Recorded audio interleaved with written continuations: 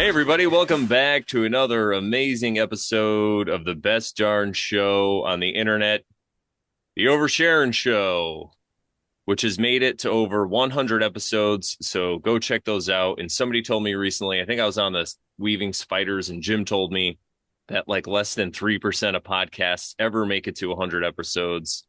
So Wow. congratulations to us. This is our 102nd, and we have a returning guest today, which is very amazing. But before we get into all that stuff, I'm going to read a quote, and then the lovely Sharon is going to share a card from the I Ching deck. She's going to pull a card for us. All right, everybody. Today's quote is: the day the child realizes that all adults are imperfect, he becomes an adolescent. The day he forgives them, he becomes an adult. The day he forgives himself, he becomes wise. And that's by Alden Nolan. Wow. He looks pretty happy, so I think he knows what he's talking about. Alden. Nice. I never heard of that guy. No, but he definitely had some knowledge. Well, I want to hear what Woodshop thinks about that. Nick, please do tell us. Yeah, I think it's incredible because when like we were talking about doing this episode, we touched on the broad topic of healing that we wanted to talk about, and we went no further with what we were going to talk about, and then that lines up perfectly with what some of the things that I had to talk about today. So the syncs are out of this world as always when I come on this show, and I'm really excited. Amazing. And I Love it. think Love Sharon, it. because she sends me all these great quotes and then I just pick through them sometimes. Sometimes I'll go find my own, but she sends me so many. And that one, when I read it, I was like, yes, because to know a thing is one thing, but to be able to express it in as few of words as possible and have it make sense to everybody that reads it, you know, or not That's every poetry. poetry. Yeah. Yeah. I almost started singing Method Man. Poetry in motion, coast to coast in. Put it on your skin like lotion. All right. I Well, was going to say poetry in motion too, but I don't know where that's from. Is it from ooh. that? I think he took it from whatever it's from. That's a Oh, good okay. question. Maybe if somebody in the chat knows what that's from originally, put it down in there. What's up, chat? Thank you guys for hanging out. Yeah, yeah, yeah. Faux show. I got a card for y'all. Oh, interesting. Ooh, interesting. It's called Oppression. It's number 47. Lake above, water below. That's interesting. A lake above and water below. So I will put that I'm here gonna for pin you while you do that. There you go. that. Lake above, huh? The water's above. Yeah.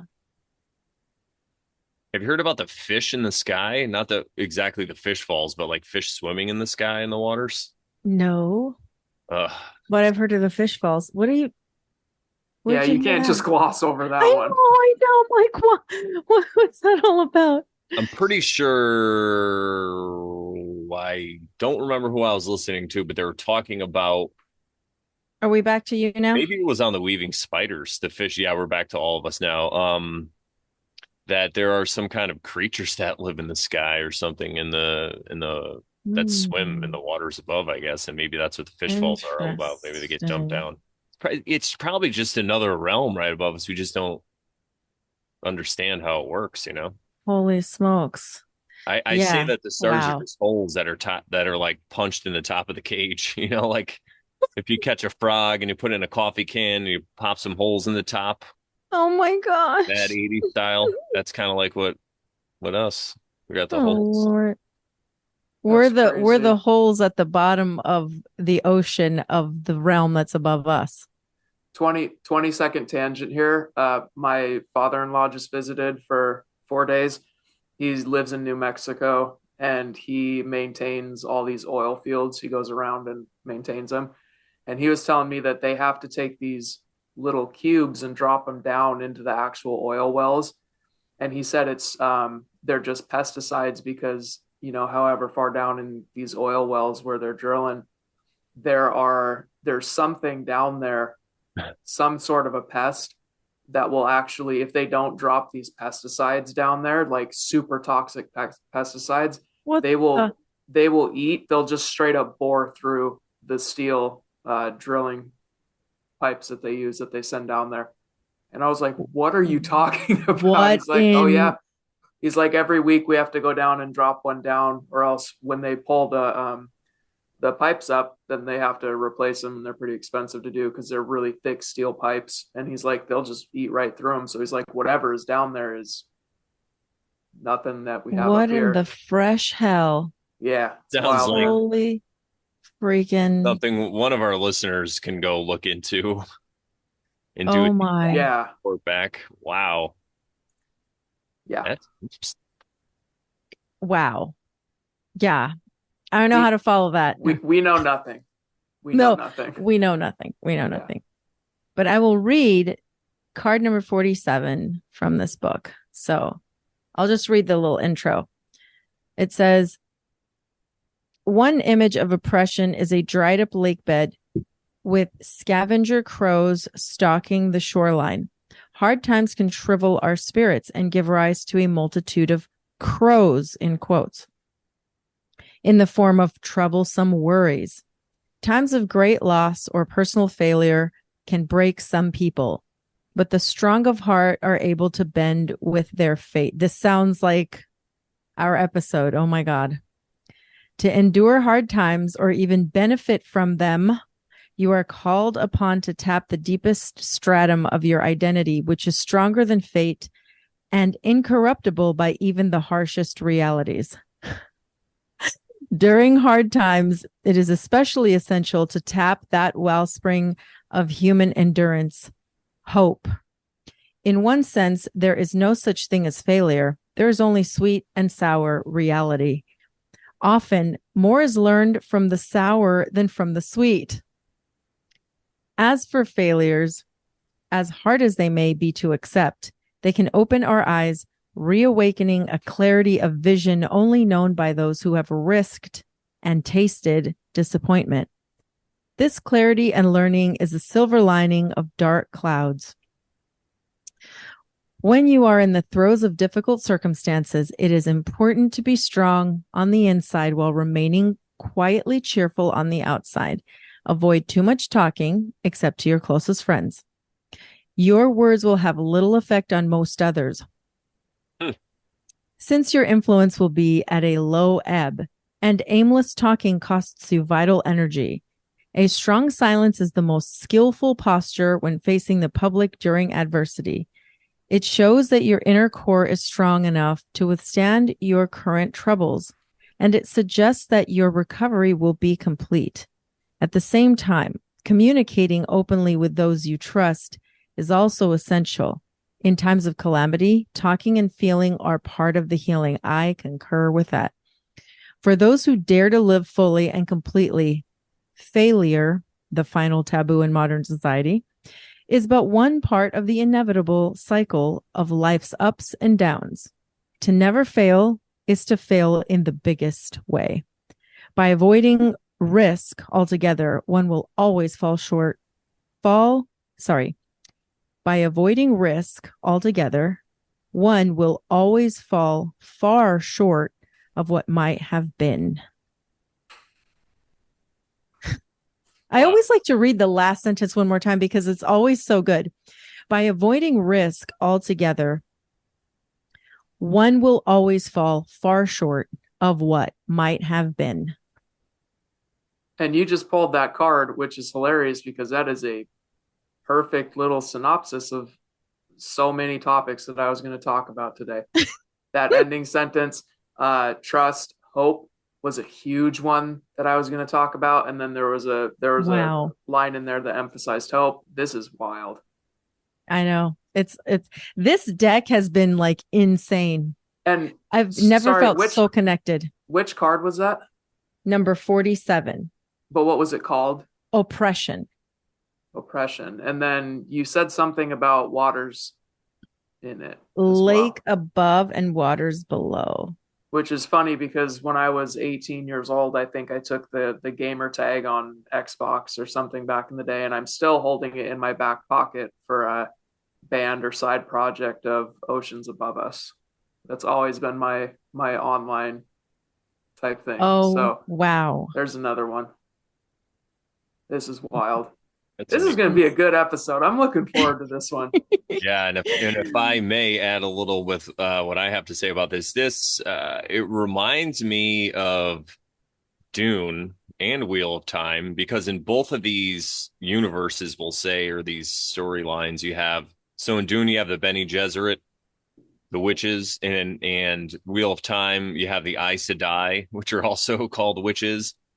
But when you hear the internal talk of both of these types of characters, they're always trying to maintain their composure when they're talking to people. So no matter what's going on Mm, inside, they have this facade, it's like of everything calmness, and they always bring themselves back to yes. calm.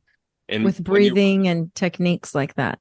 yeah, like the litany against fear, no matter what it is, they all have their little secrets. And it just made me think when you're reading that, can you imagine raising a child with this knowledge? That's why all these things like the Tao or the I Ching or any really esoteric information, you don't even really need to go like deep occult or whatever. But if you can align your behavior, because we think about the way we were raised, I was basically just yelled at. And again, we're going to get into all this stuff. We're not blaming our parents. Our parents are just products of the way they were raised. It's just like a big snowball going downhill. But what we're going to be talking about today, I think, is like stopping that snowball going down the hill or lessening it or maybe melting it or something. But yeah, it just blows my mind that there's these simple techniques that are hidden in fiction, right? Great works of fiction that everyone likes, but how many people actually take this lesson and put it into their own life? It's so harder when you're an adult. It's like teaching an old dog new tricks. And this is exactly Mm, what we're going to be talking about. That's exactly what healing is. It really, at the core, it's just retraining yourself, retraining your thought process, retraining your physical processes and the things that you do one at a time. retraining your ego, perhaps? Yeah, it's like slowly going up that hill one step at a time. And some people will stop at a certain plateau or a certain ledge that they get on this hill, and they're fine. They like it. But you can always, I feel like you could just keep going up until you become like a Christ figure in or like something like this. And again, I don't think this is everybody's dharma. Not everybody's meant to do that. There's a reason I think that people stop. So I'm not judging people for not like being perfect and pure and backsliding and all this stuff. I think it's part of the fun process. Just like it said about not trying, it's fine if you try and you fail.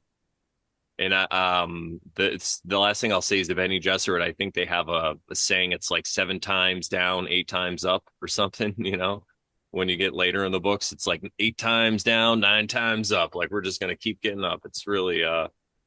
cool because if you could train yourself, even with these little voices, because so many of us have these voices in our head. I know I can speak for myself that, well, if I have an idea or I'm trying to do something, it'll be like, oh, you can't. Like when I was going to do comedy, for example, it's like, oh, no one's going to find you funny. No one's going to laugh, all these little things, or this is stupid, or you shouldn't go do this.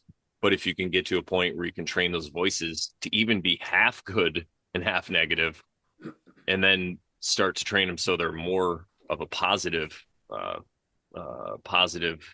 discussion that you're having with yourself, it really does change the whole world and the possibilities. Absolutely. So thank you, Nick, for joining us on this discussion again about healing. It's Oh, always thank a, you for having a me on good again. topic. It's like ongoing. Like we're always all attempting to bring healing to our, you know, physical, spiritual, emotional. I think you were telling me that right before we started the show. But these different aspects of ourselves, and they all need healing. It's not just emotions. And so, yeah. Yeah. And I'd like to say really quick to Nick, thank you again for joining us. We didn't quite introduce you exactly, but that's all right. Everybody knows you around here by now. And I just want to say thank you for all this stuff, all the conversations and the wisdom and the questions that you brought to our show. And it's funny because earlier in the year there was some kind of craziness going on. I don't know what was going on, but there was a lot of hate being thrown around. And I'll just say that even if all these things that are said are true about, an individual or whatever, I would say to people that are watching this that are maybe trying to engage in the drama or whatever it is, no judgments, that it's like I'll say that it doesn't matter what you think somebody did or whatever they did, but just go back and watch those episodes and then try to tell me that it's bad, you know? So like even if everything they say about somebody is true and they're like a scammer or whatever, but like to listen to what they're saying and sharing with the world, overall, I think it's a positive thing, right? So it's like, I don't know. It just makes me laugh. I just wanted to say that. But thank you though for Yeah. coming on and I'm glad that you get so excited and sharing this stuff with us. Oh, of course. This is my whole life. I've been on a, as Sharon just said, it is. It's a never-ending healing journey. I think that it's that's a weird thing in itself that people think that they are taking the healing, like they're the ones that are initiating the healing, but that's not the nature of this realm. Like healing is just what happens, right? Our bodies want to heal at all times, and they're constantly trying to heal. Um, Nature, go outside and sink an axe into a tree and pull it out. Next year, it's going to be closed up. That wound is going to be closed. That's just the nature of this realm. Is everything is constantly trying to heal. So there's obviously barriers that we put up, and that's kind of what I wanted to dig into today is what those are and why they go into place. And it's just fascinating to me. It's and the topic that I had mentioned to Sharon was that healing is painful. And that's the key thing that I really want to talk about today because we live in a time now, especially the last few years, I've noticed a huge jump in people just wanting to heal, right? Um, Heal from emotional wounds and trauma, heal their physical bodies. If you go on the interwebs, on the social medias and the TikToks and the Instagrams, everybody's doing parasite cleanses now and trying to get heavy metals out of their body, and they're going carnivore and trying to do elimination diets. It's everywhere you turn these days. Yeah. It's just about healing, which I think is beautiful. But the thing that I am seeing, probably at the same rate as those that are getting excited about healing, is people quitting, people going, this is, whoa, I didn't sign up for this is painful, or this is hard, I can't deal with this, and then they throw the towel in. And I think that's something that people have forgotten. And I'm not sure why. Perhaps it's just our lifestyle, the society that we live in now. But healing is not it's not a fun thing a lot of the times. Like it's the most brutally painful thing ever, whether it's physically or emotionally or spiritually or, mentally or whatever. It's a knockdown, drag out war sometimes. So I'm excited to delve into that. Let me know if you guys have anything specific that you're Well, interested in. I would like to say we could start from, when you're talking about healing, but well, when somebody is as the way they are produced by the society, say, before they come across any of this stuff. I see the big difference really, and we break this down a lot. And we talk about this, but it's basically you're acting like a slave, right? Like a mental slave, because well, I'll just say from my own experience, I was confused. I wasn't always sure what to do. Had a lot of anger issues. I blamed a lot of other people for what was going on. But at the end of the day, I still went to work for somebody else and I hated my job, but I still did it so I would have money because I thought that was the way to win the game, right? Is to get the money and save money and buy nice things.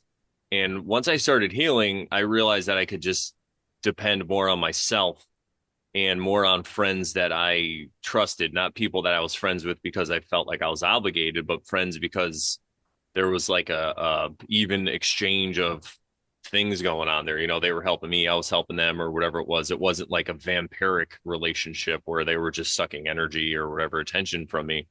So I think it's a good place to start because even though it is hard and it can be super painful, the benefits are really worth it, I feel, because, anything from like feeling and looking younger to just less anger and meeting better people in your life that, like I talked about this earlier on in the show, or maybe midway through in the show, that I don't think I would have been able to have a show with Sharon if I didn't do some of this healing because we have such different personality types that the only way they would work together is if the people actually healed some of these wounds. Because the way that I am, I'm kind of like run and gun and go with the flow, and Sharon is more organized. And I think that some of this stuff would annoy me or whatever it was in the past. But now when she tells me something or asks me to do something, I realize I'm like, oh yeah, this is my weight that I'm carrying, or this is something I have to do. Like this is on me. I'm either just being lazy or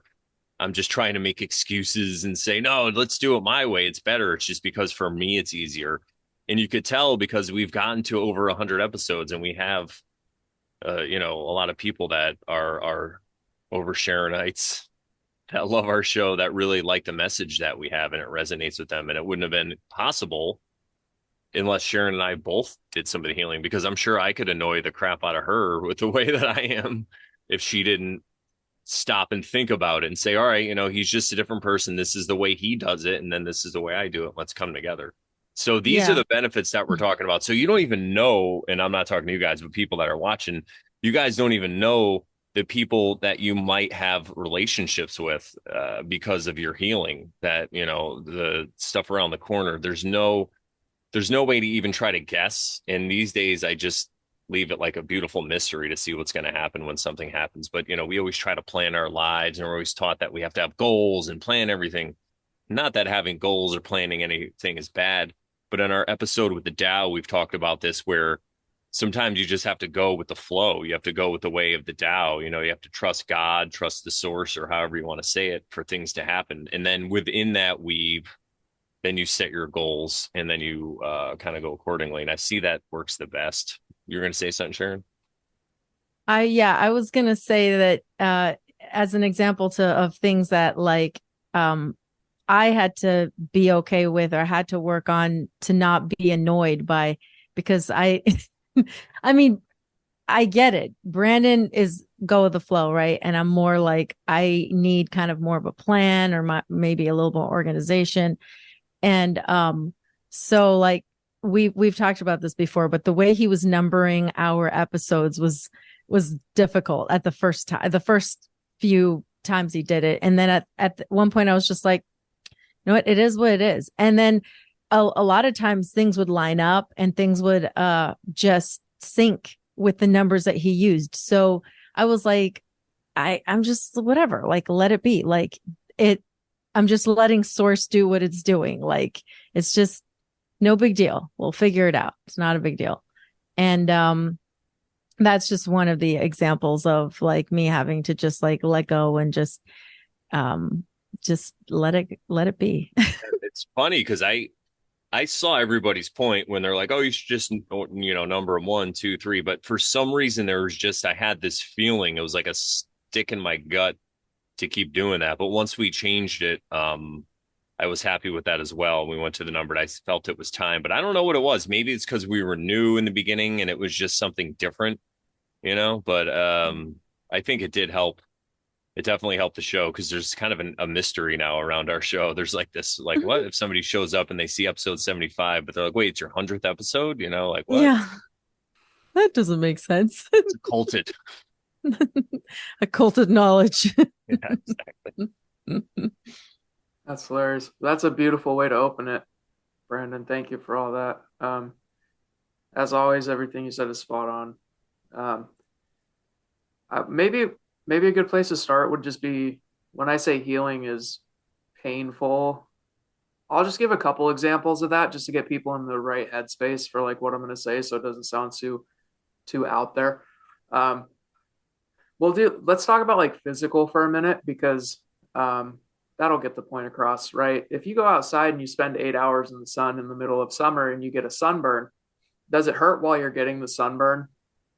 No, while the damage is being done, it does not hurt. It'll start to hurt a few hours later when you go inside. The next day and the day after that, it's going to hurt bad. By that point, your body is already well into the healing process. The inflammation has started. Um, they're taking the dead, burned skin cells and they're removing them from the body. The healing is what's painful, right? Same thing. My mother came and stayed with us last year for a time. She's caring for my 92-year-old grandmother with just crippling dementia. And so she stayed with us. And on the day that she was going to go back home, she was packing up her car. It was the last trip from upstairs in our house. She missed the last step going down our staircase and she shattered her ankle in three places. And she's nearly 60 years old. She just broke her ankle in three places, the tibia and the fibia. And I jumped off the couch and carried her to the couch because I could tell in her voice that this was not a bruise, like there was pain there. And it hurt for sure, but I told her, you should go to the hospital. You should get this x-rayed because you can't put weight on it, and that's not a good sign.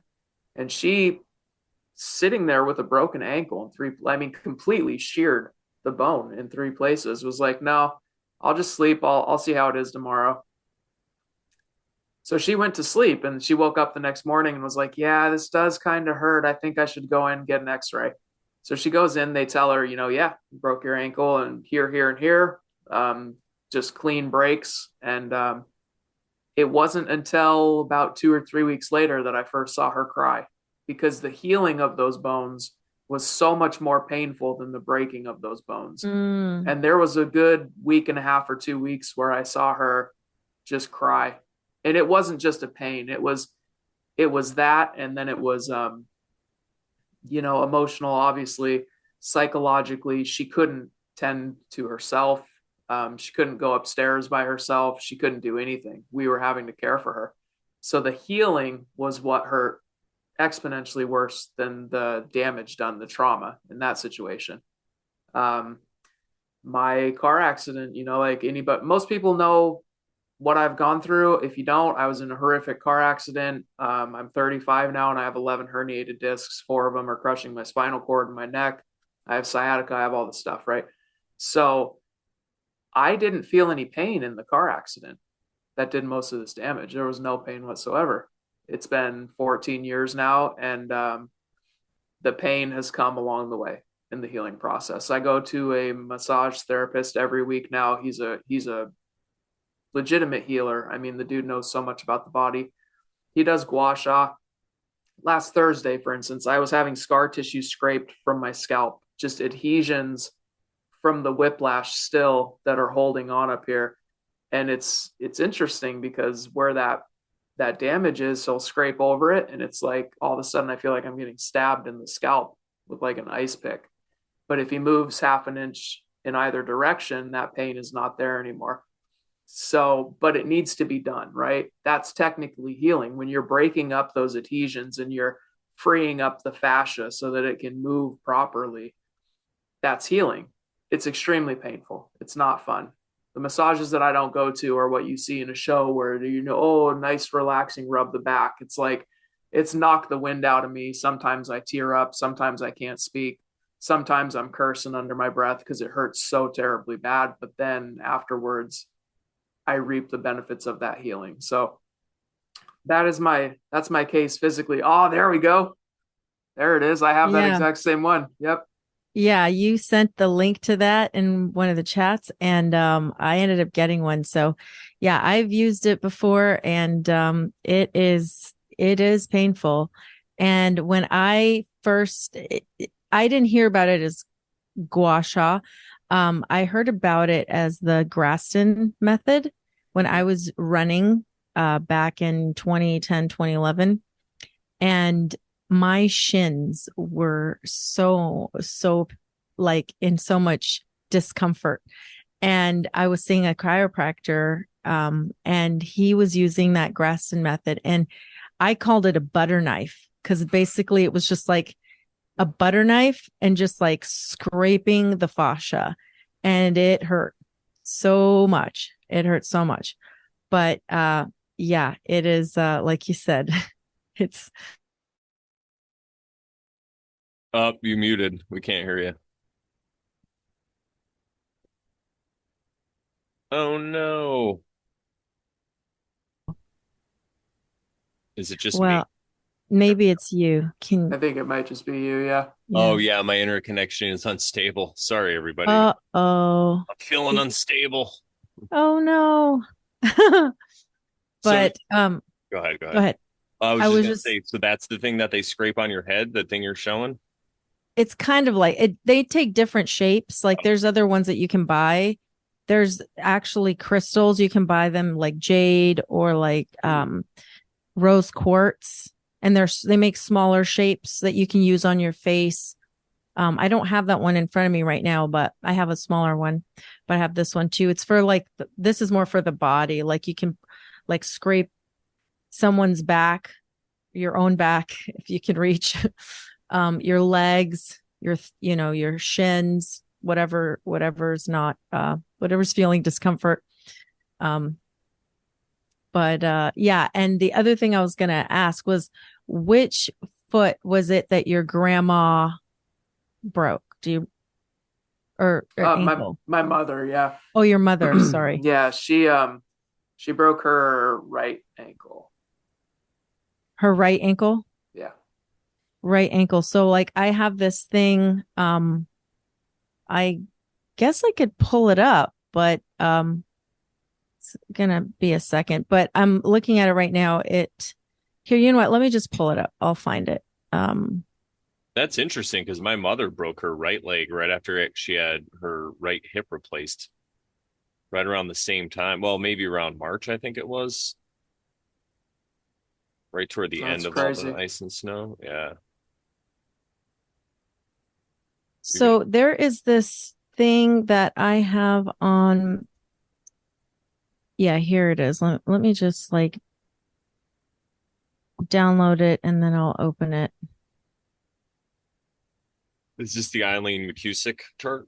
Yeah, and Chance Scarton put together some slides with that information on it, and if I can find it here, yeah, I've seen this as here we well. go. It's pretty crazy. Yeah, so let me how do I share my screen? One second.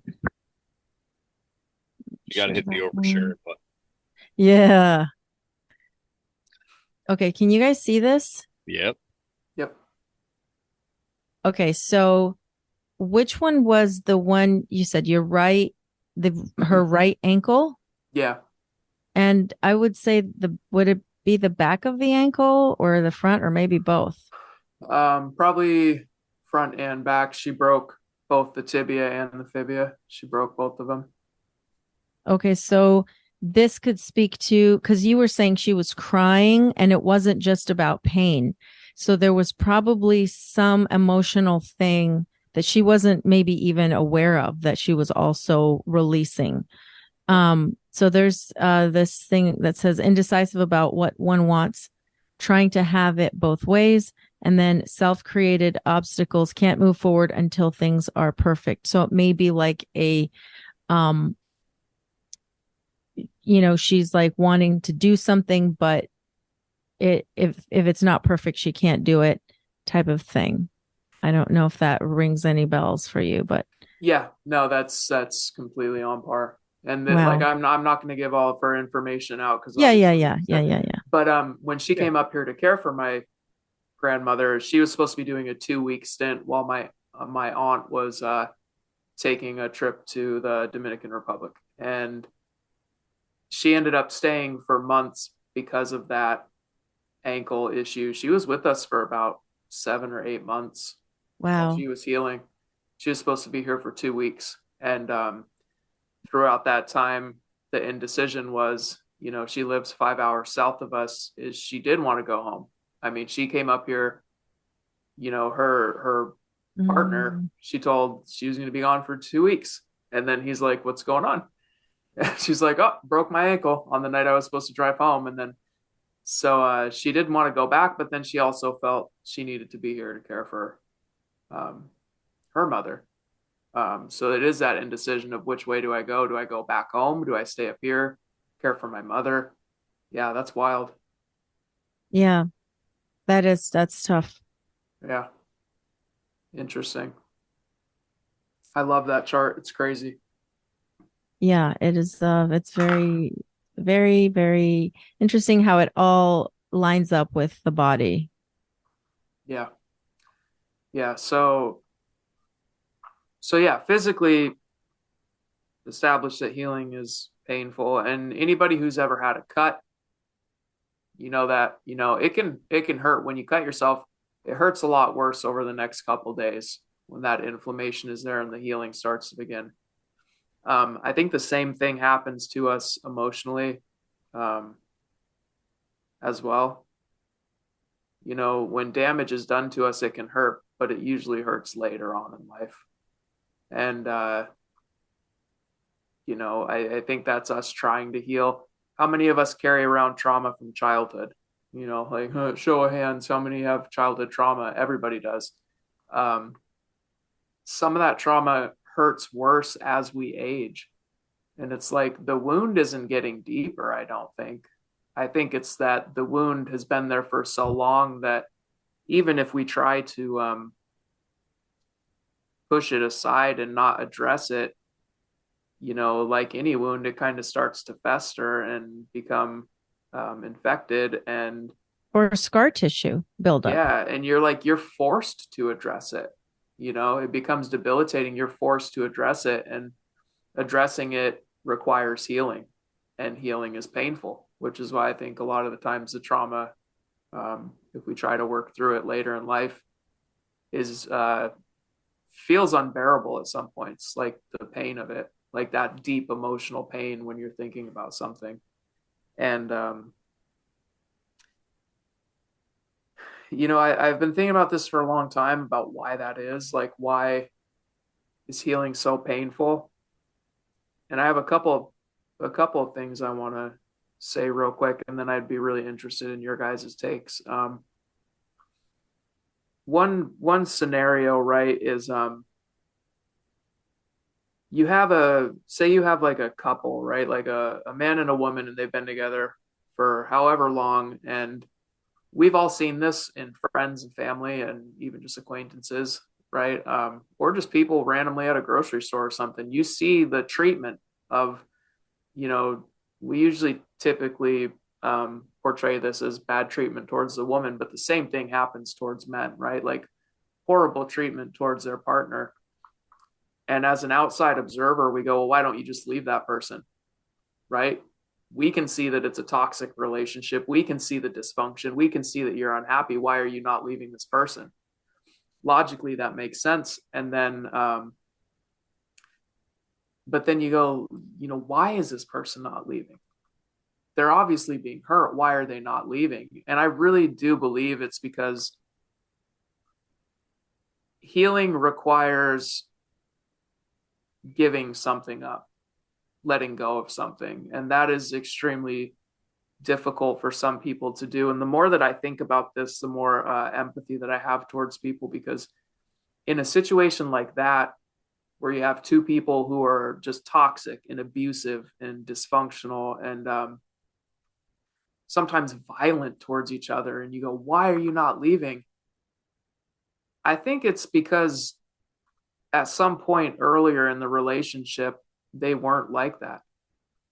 Even if it was just one moment that was so impactful, so powerful to the person who's now being on the receiving end of that dysfunction or abuse or whatever, which obviously it takes two to tango, but there's usually one person who gets the brunt of it. The person who's receiving it most, I think, is not yet able to give up the memories that they have, like that feeling that the other person made them feel sometime in the past, that human connection, that love, that comfort, that support, whatever it is, was so powerful and it imprinted so hard on them that they can't give that up, and they'll take all of this toxicity now, even though they don't want to. Like that person's going to have no issue giving up the toxic elements, but in doing so, you have to give up.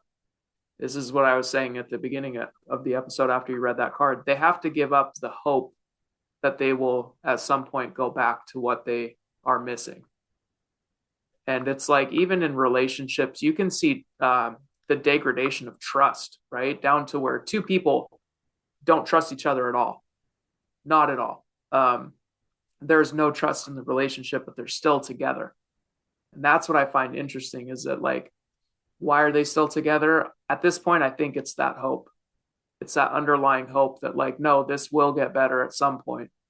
Um, so a lot of people eventually have to get to that point. And I think that's when a relationship truly dies and people move on, is when that hope is gone, when that people let go of that hope. Um, but healing oftentimes is about letting go. So like in that instance, why are they not moving on from their psychotic partner? Because there's hope there. Like there's a hope there that the partner will change. But they have to eventually let go of that hope. So there's a letting go. Letting go is not an easy thing to do. It's the most difficult thing to do. And I also, that is the same exact reason I'm finding all these parallels between stuff and kind of piecing things together, especially the last couple months, which is why I wanted to come on and talk to you. But that's the same exact thing, I think, that holds people back from healing themselves. Because like when you're in a relationship, you have to let go of that person and just let them go and let go of the hope. When you're trying to heal yourself, you also have to let go of a person. Um, and that person is who was created to protect you during a time of trauma. I mean, you can call it yourself, but it's like that ego shield that was created full of defense mechanisms to protect you during a time where you were traumatized for whatever reason. And most of the time that happens when we're kids and we develop these characteristics, these character traits that we carry on into adolescence and adulthood. And that's where you see a lot of people being self-deprecating, right?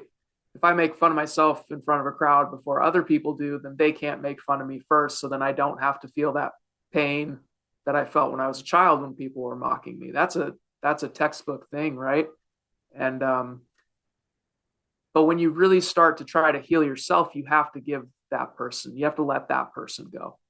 And that is shockingly difficult to do when that is who you have thought you were since childhood. Because in childhood, we don't understand a a sense of higher self, right? A sense of who we actually are, our souls, our spiritual bodies. We don't understand any of that. We're trying to learn our shapes and colors. So we get attached to this person that was subconsciously created to protect us in a world that seemed psychotic and crazy, and then we carry that on into adulthood, and it's really hard to let that person go because it's all you've ever known. So there again is a theme of letting go. In our own lives, we have to let go, and that could be anything. It could be patterns of behavior. It could be eating habits. It could be fears and anxieties that you've carried with you since childhood. Um, it could be ways of thinking, as I said, self-deprecating humor. That's a huge one. That's a lot of people really have to let go of. And there's nothing wrong with like joking about yourself, but some people take it to the extreme level. And it's like, you can tell this is unhealthy. Um, but I've experienced that a lot in my own life of just realizing that I have to let go. Like if you, and I find this interesting because this is what Brandon was talking about at the beginning of the show, how he used to be put into these situations where he would be telling himself like, oh, I'm not funny, I can't get up there and do stand up, I can't do this, I can't do that. That's like a prime example of what I'm talking about. I think that that's probably not to play like psychiatrist, but like probably something in Brandon's past had him telling him that he wasn't good enough to do something XYZ. And then you carry that on for 20, 30 years. And then even as an adult, it causes this weird schism, this weird, where you're like, I'm a grown ass man. Like I can get up there and tell a joke. But then this thing that you've been carrying with you probably since childhood is whispering, saying, no, you can't do that. And that's that I think a lot of people hate that, hate that person, hate that little whisper telling them that you can't do something. But if you reframe that, that little whisper is trying to protect you. So like once you gain that wisdom of being like, this isn't trying to harm me. This was put in place because I was being harmed at some point in the past. And I haven't let it know that I'm okay yet. Like I haven't given it the green light to just settle or go away or something. So it's still actively trying to protect me. It's actually kind of a beautiful thing. Like a lot of people say, "Oh, kill your ego, get rid of your ego completely." And it's like your ego is there also to protect you. And you can kind of, in a way, like program your ego based on, how much work you do. Because each time you let something go, you're letting go of like a lower level of being. That was a lot. I'm going to pause right there and let you guys No, talk that about was whatever you want. great. I felt like I was listening to a podcast. That was amazing. I could say, yeah, I think that's pretty much 100% right. The only thing I would want to add to that, and we don't have to like derail the whole podcast, but as kids, I think maybe we do have a better understanding of what this is, but we're just so inundated with, no, you're wrong. You got to do this. It's how you train a kid, right? It's how you're so, but yeah, everything else you said, I think is fine. That's exactly, I think, what happens. And I think that's kind of what happened to me. Can And I can I give a 5 second yeah, please do. caveat there? 10 I seconds. think that as children, we have a better understanding of what it should be, Yeah. like what it should be naturally, and then we're thrust into the crazy world, and that's where that break happens. So Yeah, 100%. Because I remember even at like 7 years old, and I've talked about this before, where I would question, I'm just thinking of what I see like as a first person video game shooter or whatever, like what I see. And I'm like, is this me? What's me? Like, what's behind that? Is this all about me or other people having this exact same thing, And then I remember having those thoughts, and then also remember having the thoughts of, shut up, you got to go do math, or you got to learn this, or so. And I think what happened to me over time was, I felt like I wasn't good enough. There's people probably that I was friends with. I had a good friend that was really good at sports. He was like good at every single sport. So I was kind of like in his shadow with things. So I'd always defer to other people when it came to that. I was just always the tallest person most times. That was my claim to fame. And I think also I was asking these questions because I was a little smarter than some people, but then they would make me feel stupid. And I think a lot of people that are either trying to train or indoctrinate you or be your teacher or whatever it is, they kind of make you feel stupid if you're smarter than them. That's their defense mechanism. They might not even be doing it consciously, but a way to overcome a smarter person than you is to make them believe that they're not that smart. So I would constantly second guess everything, and I'd pretty much bury my intuition all the way down, and I wouldn't listen to it. And I knew I had a great intuition. The only times I would listen to it was sometimes if I had a feeling to drive a certain way, like a different way, or go a different way, and then I'd either run into somebody that I hadn't seen in a while, or if I ignored that feeling, maybe something bad or negative would happen. But I never realized that that intuition is just something I can use, my in my whole life. I would just other way, like whenever I was like, I got to get a job, and I'm like, I don't want to do this anymore, and I would just step over my intuition and say, nope, I got to do this. I got to make money. This is how I know how to do it. I'm good at selling cars or whatever it was. And it took me a while. I think it really was doing stand-up comedy that started all this self-healing, because I would just go up there every week or a few times a week and just talk about everything. And then after a while, it just kind of all started coming out, I think. So yeah, Sharon.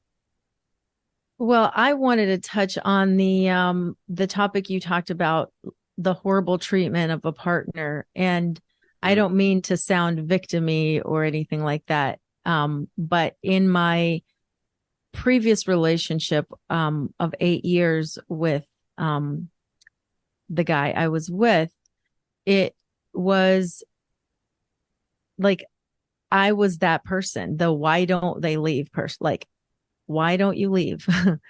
And I got that question from people who were near to me and close to me. Um, or not necessarily the question, but maybe just the like concern.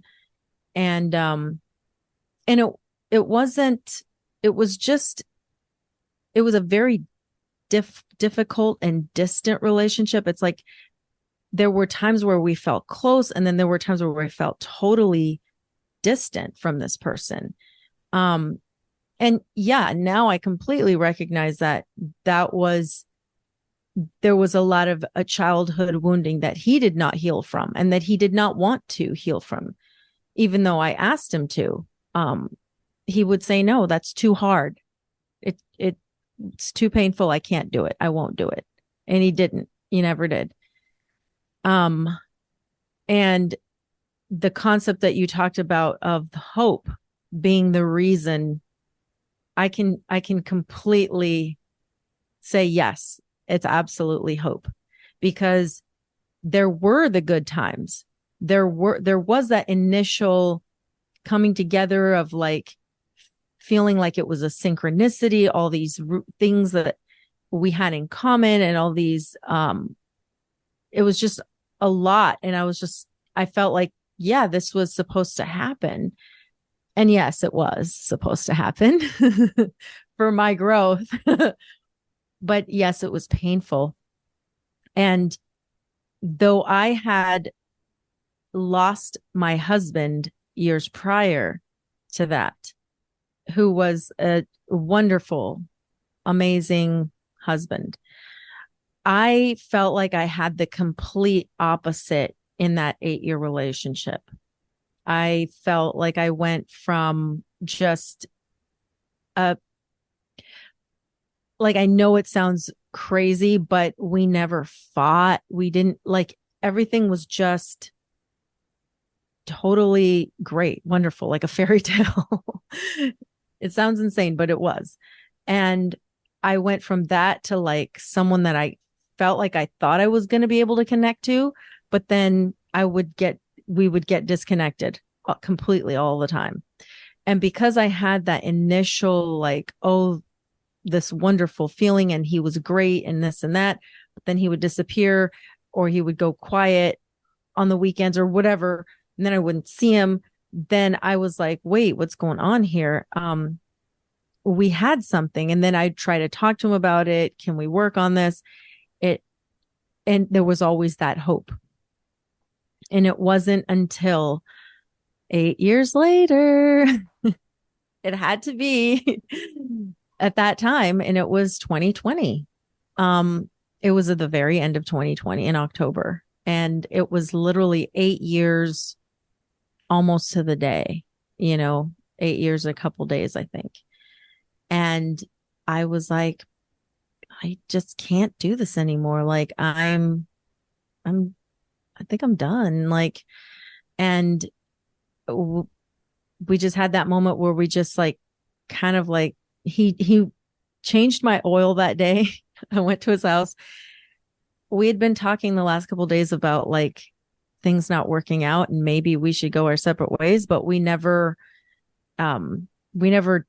said that was going to happen. It just happened that when he was done changing my oil, that was the last time I really like saw him in that way. Like I would see him on the street because I lived in the same neighborhood, but I would like turn around, not look at him, because I was like, why am I going to just do that again to myself? Like I can't do that again. So I would avoid that. But yeah, it was the hope. And once I let go of the hope, I was able to let go and not have fear. And it was hard. It wasn't easy. It was, and I would kind of almost second guess myself, question, did I do the right thing?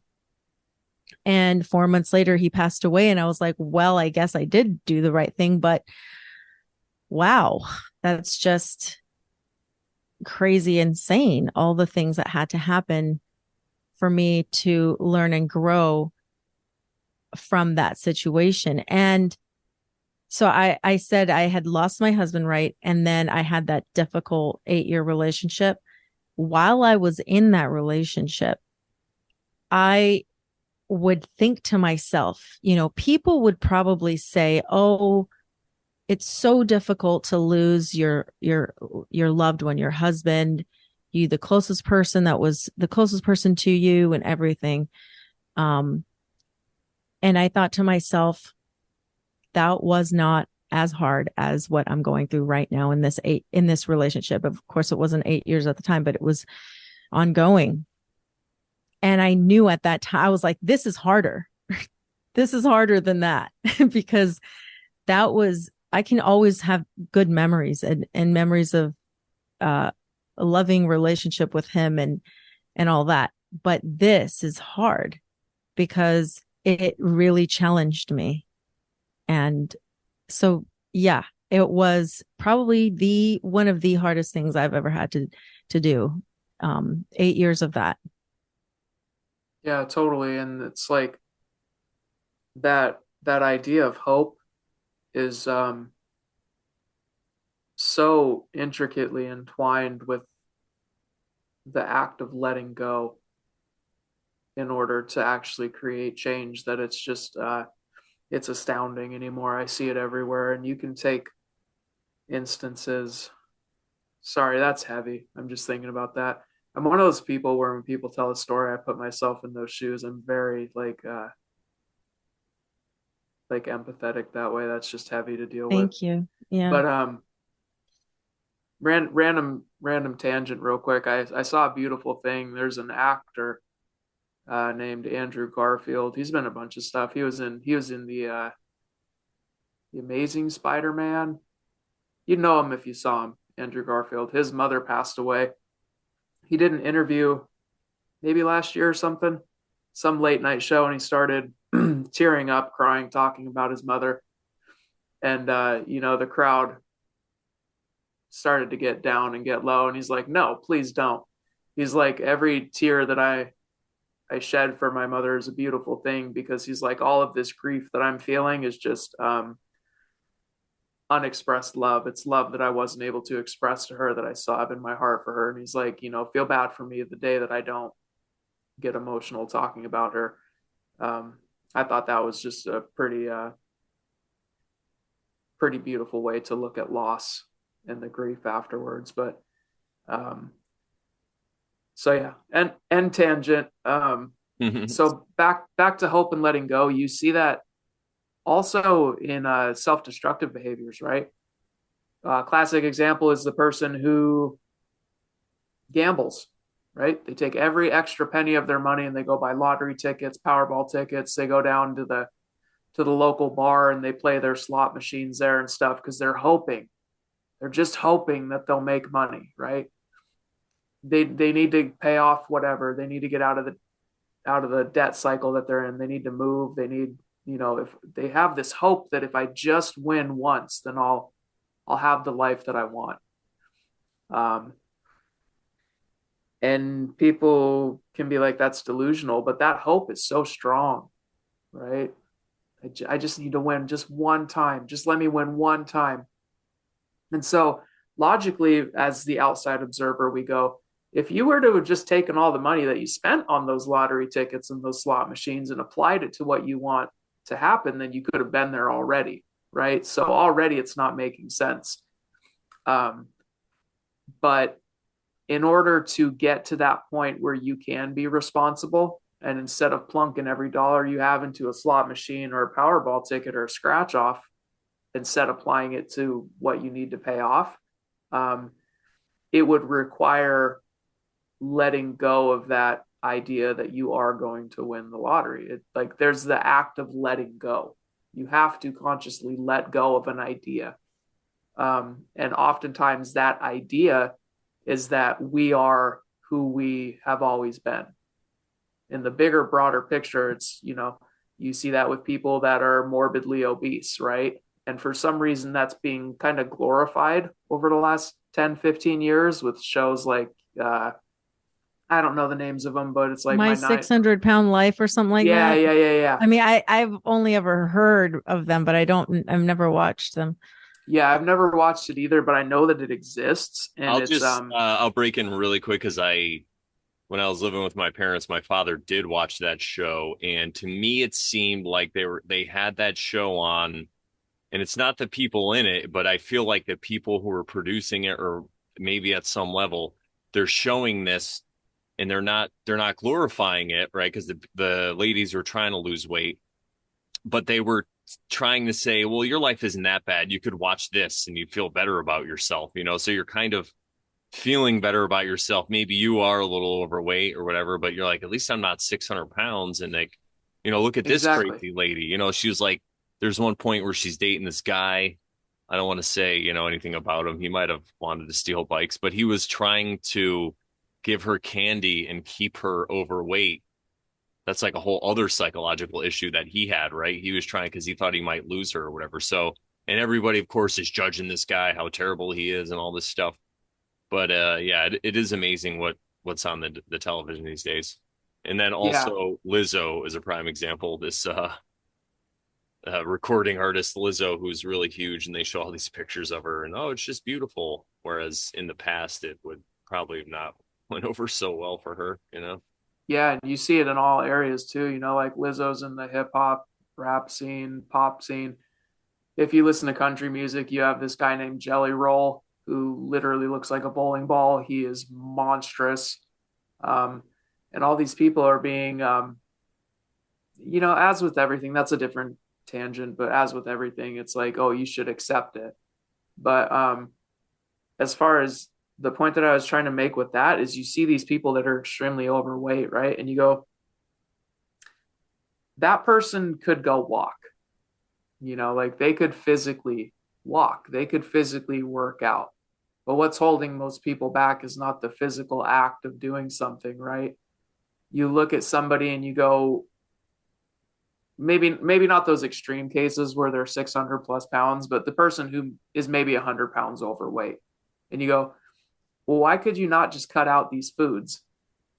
Why could you not just go to a much simpler diet, eat some meat, eat some fruits, eat some, vegetables if you like them, and you'll drop that 100 pounds in 3, 4 months, and you'll feel so good, and you'll be sleeping better, and you'll your hormones will be regulated, and then your perception of the world will be regulated because now you're actually having dopamine and serotonin in your brain, and your gut's able to heal and all this stuff. You won't have chronic inflammation. What's holding you back? Because you eat so much already. Why can't you just switch to eating these foods instead? It's not a physical thing, right? Like eating those foods is not going to cause that person illness. They're actually going to feel better. So what is causing it is the inability to let go of the person that they have always told themselves they are. And again, that often roots back to childhood. A lot of people have food addictions because as children, they didn't have enough food, or they were scared of where their next meal was coming from, or they felt like they had to fight to get their food, or whatever it was. Or you had parents who, on the other end of the spectrum, you had parents who forced you to eat. So then you have people that grow up and become, anorexic and have eating disorders that way. Um, it's all a inability to let go of this concept that you are the the safety net that you subconsciously created for yourself. You're not that person. That's a set of behaviors and thoughts that you created at a time where you legitimately needed it just to get through. But once you've made it through, you should, in a healthy state, be able to let it go. And I think that's where most people are getting hung up on, is not being able to let it go, not even knowing that there's something to let go of. They just think that that's who they are, right? I can't go walk and eat a steak instead of a Big Mac but that's where it ends. It's just, I can't do it. They don't go, well, no, I can do that. It's just, I don't want to let go of this.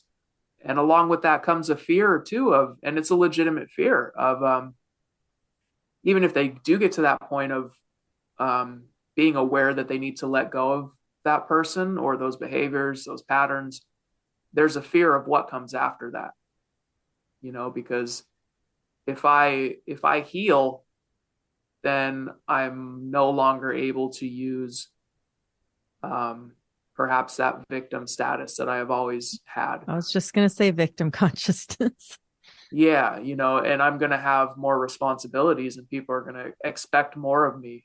And that can stop people from healing as well. Yeah, I like that you brought up victim consciousness because, and I know this is something we wanted to talk about, but well, I'll just speak for myself. As I went through healing, the first step was to realize that, oh, wait a minute, I am right about a lot of these things that I have ideas about, whatever they are, and everybody else is wrong. And oh, wait, look at this behavior I'm displaying. All right.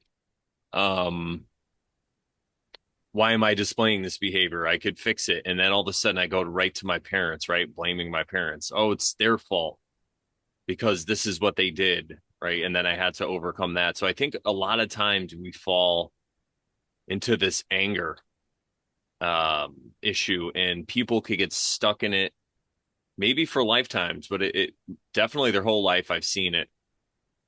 Did you want to say something, Sharon? Go ahead. No, no, no. Unless you're done talking about it. No, I was just going to say that's like one of the first steps, and that's one of the pitfalls to all of this healing. And again, not that there's anything wrong with it, but it really does come down to the whole victim victor narrative. Are you looking at yourself as a victim? Because this information that we talk about healing and all these rabbit holes we go down, this occult information, even if you will, some of the hermetic stuff, it could be dangerous. It really is if you're not in the right frame of mind to accept it. Because when you see all these things like I did, I started to blame my parents for all this stuff. I'm like, oh, it's their fault. They did this, they did that. And I wasn't able to see the truer picture until I just kept going with the healing and realized about the whole victim thing. And then once I started to, in every situation that I could remember, I would ask myself, hey, am I being a victim here? Am I acting like a victim? Is this the behavior of a victim? Why am I really a victim here? Is there somebody physically beating me up, or am Mhm. I just using this as an excuse because I'm a victim? So I'm going to eat all this cheesecake or whatever, you know? Hmm. Yeah. I was going to bring up the overweight topic to the people who are overweight or holding on to weight. Um, I, I'll say this, I'll caveat with like, if you're already aware of this thing of, holding on to weight and not knowing why, maybe that's like kind of a different story. But um, I was going to say there are other reasons too, like why people do hold on to weight. And it they're more like mental sometimes too. It's like the way you think about things. So maybe some people um are overweight not because they are constantly eating or eating things they shouldn't be eating, but they're eating stuff and they're like, I just don't understand why, like, what I'm eating, or like, because I'm not eating that much. I don't eat all the time. I don't, and it's just like, you're like, but why? It doesn't make sense. Right. And it's a lot, there's a lot of healing that can be done of your thought process and your thoughts about yourself. So if you grew up with like a mother or father or somebody in your around you that was constantly making a thing about food and weight and all this stuff, and you have this thing about yourself where you think like, oh, I'm this or I'm that, or like, why am I gaining weight here and why do I look like that, or like thinking that you're gross or ugly or whatever, those things will contribute to your not being able to let go of the weight. And once you can heal those wounds, and this is the thing too, is some of these people like that you see that are morbidly obese and stuff, um, they probably don't realize that there's that mental aspect to it of like how they grew up, how they were treated, their thought process about their own self. And if they already think they're ugly and gross and they can't heal that and love themselves for where they're at, I mean, that's going to be very difficult to do. There's going to be a lot of yo-yoing where you're going to lose it, then you're going to gain it back because the true root has not been addressed, which is self-love. And it's not like a selfish self-love, but it's just like love your neighbor as yourself type love, right? You first have to heal and protect and take care of your own body first before you can take care of someone else's, because you won't know how to take care of someone else's if you don't take care of your own. So there is that aspect. And so when people out there are being glorified, like that whole concept out there right now where they're being glorified and like, oh, they're beautiful. They are in their own way, right? And if they truly want to heal, that is the answer, that they know that within themselves they are beautiful.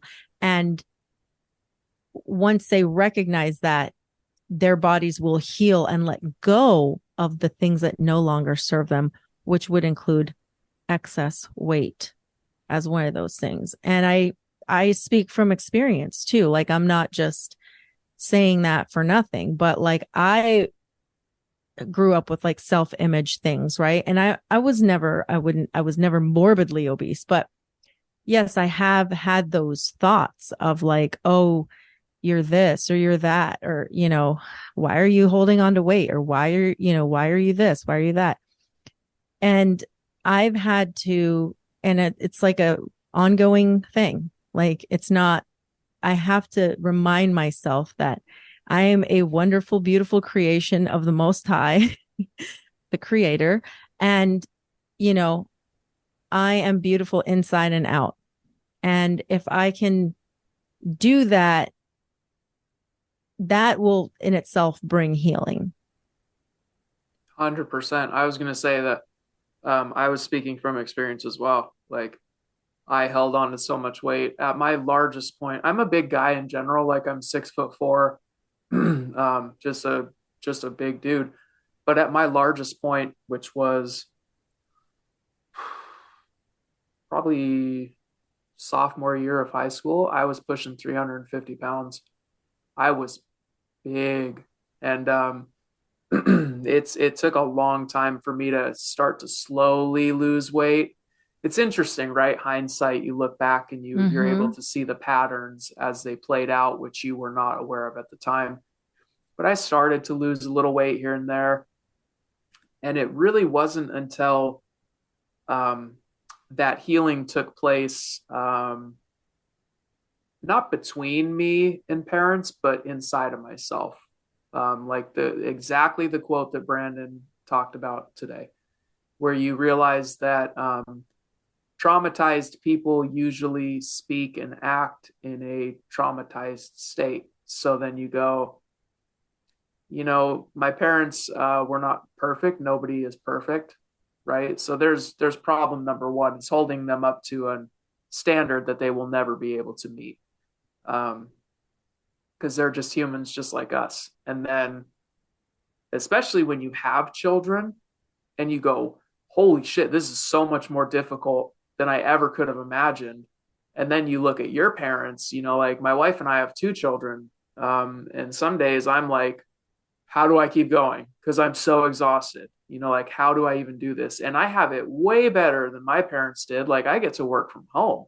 I have my own business in my own garage that I can go into. I can make my own hours. I can come in and see my kids whenever I want, and my parents didn't have that. They were working opposite shifts, just trying to make it, and they had 4 children in the home. They had twice as many children as we do. So like, it's putting yourself into those shoes and being like, if I have days where I feel like I just like, how am I going to keep doing this? Then what were they feeling? And they didn't have the internet. They didn't have podcasts at the tips of their fingers they didn't have information on nutrition and how to heal. They didn't have any of the tools and the resources that we have today. So then you go, man, they did a decent job. I mean, they messed up. They messed up bad, from my perspective. I would have probably not liked some of these things to have been done. But given the circumstances, good on you guys for keeping food on the table and keeping a roof over our heads, because the whole idea of parenting was even different 30, 40 years ago than what it is now. And that's different than it was 200 years ago. 200 years ago, your main objective in parenting was not let your child get drug off by a coyote or a wolf. Like, we don't live in those times anymore. So as times change, so does our role as parents. You maintain the safety and everything, but you pass along different things. And isn't that what life is like?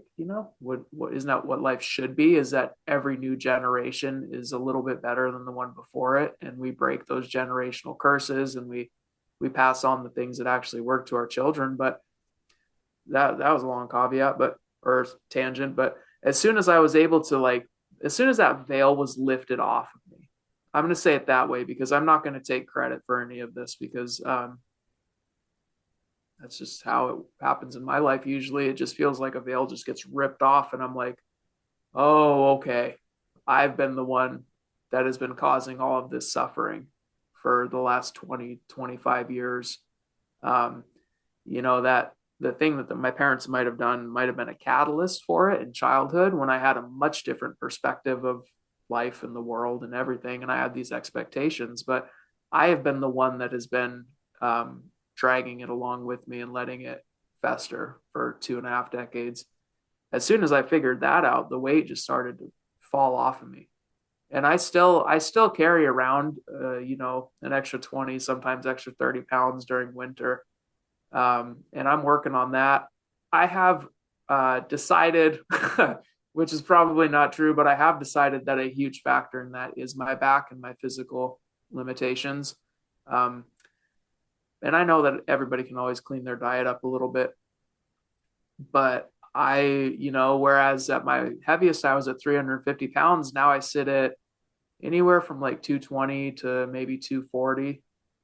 And I'm like, that's 100+ pounds lost. That's a small human that I let go of. Isn't that interesting? It's literally a small human worth of weight that you let go of. So yeah, go Yeah. ahead. You're carrying around another person. Yeah, Um, physically and emotionally, psychologically. for sure. Somewhere else too, I forgot to mention is that I think there's this book that I came across. I think it's like a metaphysical anatomy or something like that. And there are, it will list out the various ailments of our world, people encounter. And then it will give you like an explanation of what could be contributing to that, but like from a mental emotional like perspective of like turning your thoughts around, because that's what's contributing to it, right? And Can you drop that book link in the description of this video when it airs? Because yes, I'd really be interested in I that. I've will been I looking will into do that that. lately. And I can find it here. Let me see if I can find it. Thank you. I saw one recently that was talking about that, people that carry around excess weight. Um, and he was talking about how it's because they're carrying around anger, which causes inflammation, which causes the body to be in a state of just high cortisol, high adrenaline, not in the healing resting phase. So that would be really interesting. Absolutely. I don't know if you can see it Oh here. yeah, It's perfect. Metaphysical Anatomy. Your Body is Talking. Are You Listening? By Yvette Rose. It is massive. It's like an 800-page book or something like that. I saw the PDF version of it, but I was like, man, this is very useful. I wanted a copy. So I have a copy at home, um, not with me at the moment, but there are things that, if like you look up, let's say you look up overweight, carrying extra weight or whatever, it might say to you something about, and I can't remember the details, so don't quote me, but it could be you shielding yourself from something, like the excess weight is shielding you from something. So what you have to think about kind of what those, and then she gives a bunch of like examples. Now, some people say that her book is very, like, I read some of the reviews and they were like, oh, she paints a picture like this is exactly what happened to you. And I'm like, well, just take it with a grain of salt. Like, I think she's basically saying these are potential things that could be contributing, right? This maybe not didn't exactly happen to you, but it could have been this, or but she explains a lot of things. But yeah, another thing could be like, this is subconsciously, you don't want people looking at you, so you're hiding yourself, and so you put on this excess weight and this facade of somebody that you're really not. But you And see that especially with a lot of women who are overweight, who were abused as children or mm, teenagers.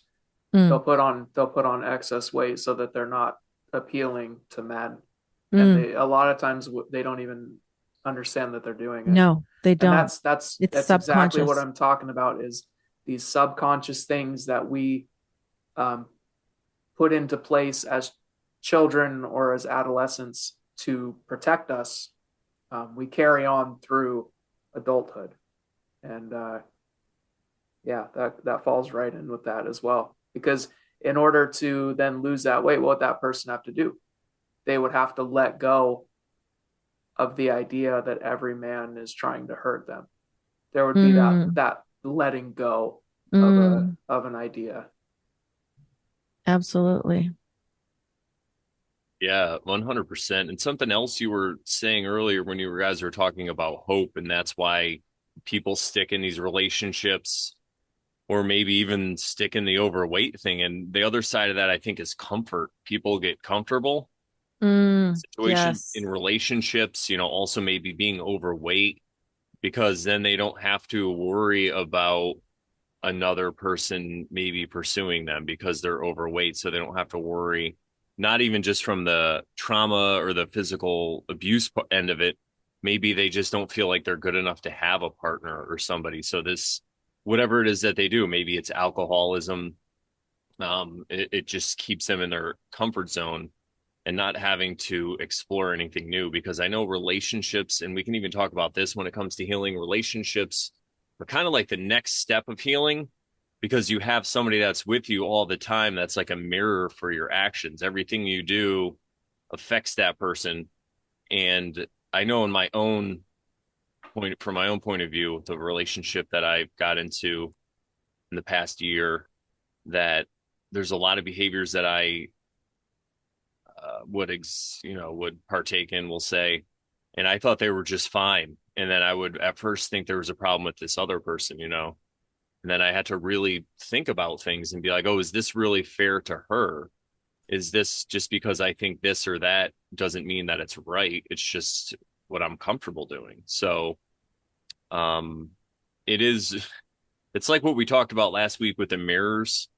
It's Mm. amazing the levels of Synchronicity. self-analysis. Yeah, that's Okay. synchronicity too, but just the self-analysis that you can do to really get to the bottom of all this stuff. But again, the key really is, and I would just keep asking myself, am I being a victim here? Is that what's going on? Or does she just have a better point of view on this and maybe I'm just seeing it wrong? Maybe I should take this experimental medical serum. Just kidding, everybody. I am a comedian. No, but whatever it is, and I'm like, oh, okay. And just doing that and then simply explaining what I'm doing has helped. And of course, nothing is perfect like you see in TV where you ride off into the sunset and everybody's great. Things are always going to come up, I believe, but it just depends on how when that stuff comes up, the negative stuff or the bad stuff or bad things happen, it depends really how you deal with it. And again, how you look at yourself. Am I a victim now because this is going on? Okay, if I'm not, then how can I proceed? And that really has been huge because I'm just going to keep oversharing here. But one thing that I know that we noticed is, and when we talk about spirituality, sometimes these ideas and these words that we use will get attacked, like dharma or karma or whatever. And people are like, oh, you're being new agey and all this stuff. And it's funny because that new age really is, it's like a spot of comfort people can get to when they heal maybe just a little bit, or maybe they open their eyes to some of this trauma and they get up and they get the spiritual ego that we've been talking about, where they feel like they know it all. So you can go ahead and study and you can have the answer for everybody else. You could say, oh, yeah, your knee hurts because you're not letting go of this, or, your anger issues are this, and you could point the finger. But that hardest step is to really look at yourself and your own behavior and apply everything you've learned to yourself. Just because you're right about a few things, like in my own example, I felt like my whole life people were always telling me I was wrong about things. And once I realized that I was right and I was smarter than a lot of other people around me and I could make my own decisions, if you get going with that, it's like power, right? Then you do get power over yourself. But then sometimes you just get out of control with this power. And then you start to say, oh, I did all this stuff. I cleaned up my act. I healed. Why can't you do it? And that's right when you stop again. I think it's like when you stop ascending or whatever, and then you just start to go back down and you point to everyone else and you get in this smug area. And I see this a lot too with different people who are quote unquote healers or holy men or whatever. And it's like, well, how are you applying this stuff to yourself though? You can help all these other people with your amazing gift, but what about you, man? Something you said about the going back to the people get in their comfort zone, and like if you're like the example of being overweight and stuff. The other thing too is like they may not want to consider what it'd be like to be different than what they are now, because their identity would be different and maybe they wouldn't recognize themselves. And it would be a stark change, a stark difference. And that's maybe too much for Isn't them to. isn't that an interesting paradox? Is that most people are unhappy with who they are, but the fear of becoming somebody else is so terrifying that they won't give up the person that they don't Absolutely. like. Yeah. It's That was funny. my ex-boyfriend. Yeah, and it's funny you say that because I've changed. If you go look at pictures of me, everybody go check out my Instagram and Brandon Bonanza. You would not recognize him. Very few people recognize him. That's exactly what it was. And it's funny because when I started, I wanted to let my hair grow in like 2014 or 2013, 2014, something like that. Oh no, it was even earlier and I was going to let it grow and then it just got annoying. So I got a haircut and I got this like mohawk and I had that for a couple of years. And it was kind of my identity. I'd show up places, people would know me. And then when I started to let my hair grow, it was during, everything. I started in 2019, but when you could really tell it's when everything shut down. So nobody really saw me. But then I started to let my facial hair grow just a little bit. And I had like a little bit of chin stuff. And then I kind of let my mustache come in a little. And I was really not okay with it. I just didn't think it looked good. And I had a couple of online friends. Kaylee was actually one of them. Shout out to my friend Kaylee, who we've done a lot of videos with. And she was telling me, she's like, oh, no, no, it looks good on you. You should keep it. So I just kind of kept going with it. And now I have this whole other person who I am. Right. And when I see people who haven't seen me, they're like, Brandon, holy shit, you're like a whole different person. Right. I didn't know the short-haired Brandon. I don't know if I'd get along with the short. Probably not. Yeah, it's so funny. And it really is like, it's just what Person. you were saying, Sharon. Like I became a whole different person. And I had fear about that in the past, apparently. And look at me now. I'm just going, and it really is different. I notice a total difference of how people treat me. And it's not like it's bad or anything, but it's just a whole different thing. Like that when and I was talking with this, I was talking about this with Elizabeth, my lovely woman, the other day. It's like people automatically kind of get an idea who I am or what I'm about when they see me. They maybe even if it's subconsciously, they probably know I'm not going to follow all the rules directly. I must have some kind of career or something that lets me. Heathen Jesus. Yeah, yeah. I was gonna say hippie Jesus, but it's not hippie. Oh, heathen. I thought you said even Jesus. Heathen Jesus. Yes. Yeah. Yeah. There might be a little at first people might misunderstand, but once they hear me talk, Pagan Jesus. they'll be like, oh, okay, he's not a hippie. It's a totally different experience. It really is. So, yeah, I think that being afraid of who you're going to become, it's just like the caterpillar, and you're Yeah. afraid to go into the cocoon because the caterpillar does die. Dude, dude, Technically. that is crazy. It's like that's a mirror of our lives. It's like people afraid of death, right? It's like you're just gonna become a butterfly, dude. Why are you afraid? Yeah, and I think that's the second part of a lot of this healing is, for me anyway, was overcoming the fear of death. And it didn't happen all in one day.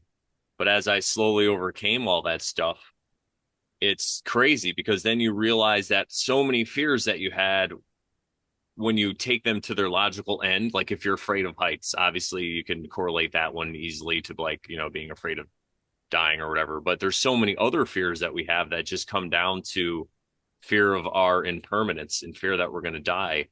And I feel like once I overcame that, then I'm just like, all right, let's see what's going to happen. I'm not afraid to be a different person. I can always go back to the person I was if I really wanted to. But I'll tell you, it's a lot easier. It wasn't easy to get here, but it's a lot easier to be this person than I am now than the other person. And another one too was lying. When I stopped lying and I made a conscious effort, because I used to be a pretty good liar. Not that I would lie all the time or whatever. I wasn't like a compulsive liar, but there were just things that I felt that people didn't need to know or whatever. And I learned that, just being truthful all the time, it just means that you just have to keep your mouth shut more and you don't always have to share your opinion. And this way it helps you a lot from not lying. And, I mean, every once in a while, I guess I throw out like a little white lie or whatever. It's not like I'm perfect. I'm not trying to like tell people whatever, but when I stopped lying, it really changed because then I stopped lying, I think, to myself. It's like as above, so below. When you stop lying to Huge. other people, you stop lying to yourself about these things and you really have to confront them. And there's several different ways to deal with it. Like they talk about the dark night of the soul. I spent a lot of time by myself and away from other people. And, maybe even just like smoking a lot of weed and all this stuff and watching a lot of videos and all. And, but slowly but surely, I was able to let a lot of these, I guess, behaviors go or whatever they were. And that's really where the judging comes in, especially judging yourself. Because if you're an alcoholic and then you start smoking weed and you stop being an alcoholic, but then you start feeling yourself like, oh, I'm smoking weed too much. This is terrible. If you just realize it's a slow process, right? You're slowly getting better as you can do it. Because if you quit weed right away, you might go back to alcohol, like there's just so many several steps. And that's why there really is no one way for one person because none of us had the same exact experiences. We all had different Exactly. experiences and different points of view. And we realize things at a different way. That's why I really am, and we talk about this on the Oversharing show. That's why we're against a lot of this organized religion and stuff because we don't really feel like there's one size fits all for everybody. And we say that as a like for the like as a thing to aspire to because I think everybody needs to have that stage of, well, I won't say everybody, but people need to go through the stage of like, oh, religion and these are the rules and this is what you need to follow. A lot of people need that. Well, And it's like also, the cut you left, off really right quick. hand and left hand path that we talked about with Benjamin Balderson. Yeah, and I think it does work for some. It does work for some people, and those people are the ones who usually keep their mouth shut and aren't judging us for being new agey. You know what I mean? So those people that are going to church and have a great life and are living by the golden rule, fucking God bless them, man. Praise. Yeah, absolutely. So we're not. It's not again. We're not judging people, but I think what happens is a lot of people will see something and attack it because they don't feel safe in their own faith or their own religion. So by attacking other religions, they feel like they're strengthening their own position, right? It's kind of like Mm-hmm. yeah, uh There's too much of that these days. yeah. Like the you're not ascending if you're just chopping everybody else down lower than you. Like that is not an ascension practice. Um, There's yeah, a it's meme like that or is something. there? Yeah. Yeah, They can't ascend if you keep calling them retards or something like that. that's Or you can't ascend or they can't ascend if you keep calling them retards, something like that. yeah. Or perhaps that organized, very strict, stringent church going is a stepping stone too. Yeah, It's something that, absolutely. That's what we talk about yeah, it people as. people should be open to that too. Mm-hmm. Just as we don't want to forever hold on to the person that we created in childhood to protect us, I think we should also probably not do that with our spiritual beliefs Yeah. either. Don't You be know, too attached to anything.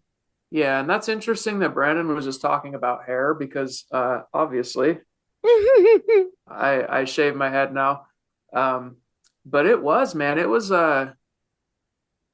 almost like traumatizing in a way. Maybe a year or two ago when I actually started buzzing my hair off because I had to just accept that, Mm. those were first off my genes. Both my parents have thin hair. Second off, my diet for 30 years, I was not raised, and I don't hold anger towards my parents at all anymore. I did for a few years, being like, why didn't you feed us better food? And then, that veil got ripped off, and I go, oh, they don't have all these resources Mm. to study all this stuff. They had no idea.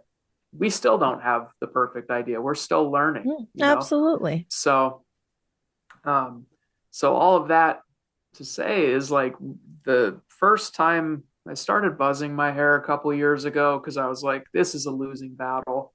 My hairline's receding. I got that widow's peak. I got a spot in the back that's starting to go um, pretty thin. So then I buzzed it the first time and I was like, it's a little bit better. And then about a year ago, I think is the first time that I actually shaved it. And it was like a weird, how do I explain this? It It's was an like, identity it was, shift. yeah, I was having to let go of somebody. Yeah. The person that I had always been had hair on his head. And then I took a razor and shaved it all off. And it wasn't in like some manic upswing or anything. It was just like, it was a very calm thing that I went through at that time. It was very calm and it felt very warm and comforting of being like, it's time to let go. It's time to admit that I'm never going to have a full, nice, lush set of hair. So let's just shave it off and see what happens. And I shaved it off and I looked in the mirror and I was like, there I am, And then I came downstairs and my wife was like, oh my God, I love it. It looks so much better. It looks so good. Yeah. And ever since then, it's been incredible. I love it. Like I feel like this is who I'm supposed to be. Some people like Brandon, like couldn't see himself with the long hair and then it felt weird, but now he loves it. That's how I feel with the shaved head. And then I have thought about this actually over the last year or so since I've been like shaving my head, not just buzzing it with Mhm. buzzers, but being like, why did I feel that way? Why was I scared? And then you go back all the way to childhood, all the way to school. I was in Mhm. middle school, 2001 and 2002, I think.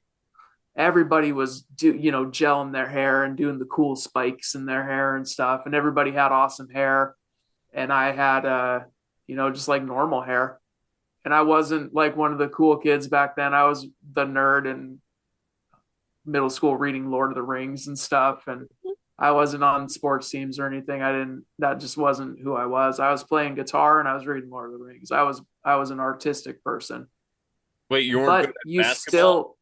still, oh, I can hoop. I grew up in Portland. I can hoop, but I didn't want to, Yeah. like that whole structured sports thing was not my vibe. I was like, I'll go down, and play a pickup game or something, but I'm not practices and going to tournaments Oh, and no, there's no Left way I hand, could right hand ever. path. Yeah, I was the same way. Yeah, pain in I the was much butt. I was much more of an esoteric sports person, not Esoteric exoteric. dunker. This is an esoteric Um, dunk in your face.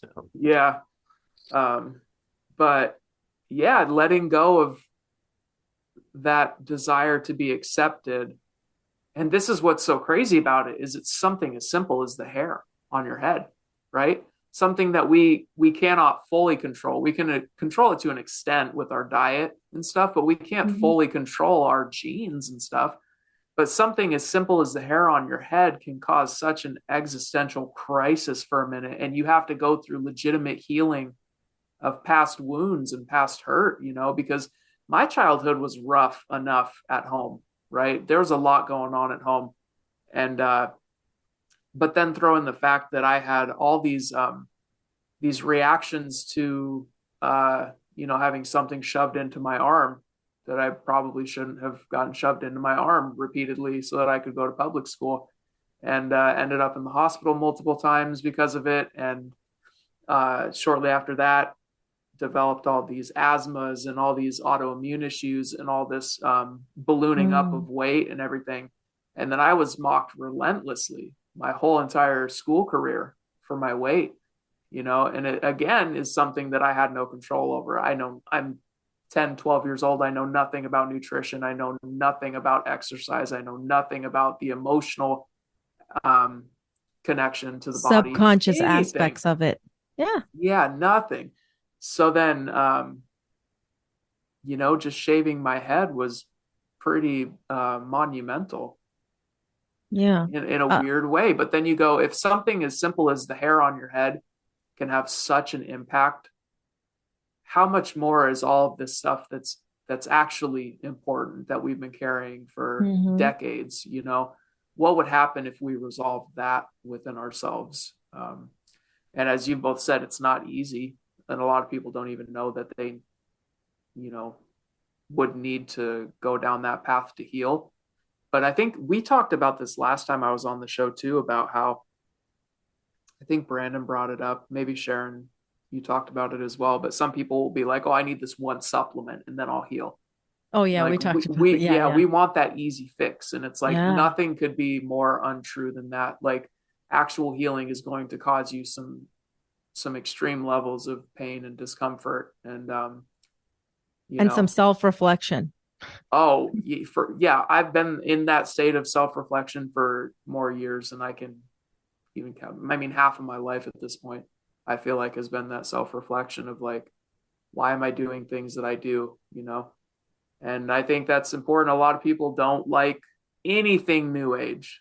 And to them, I say,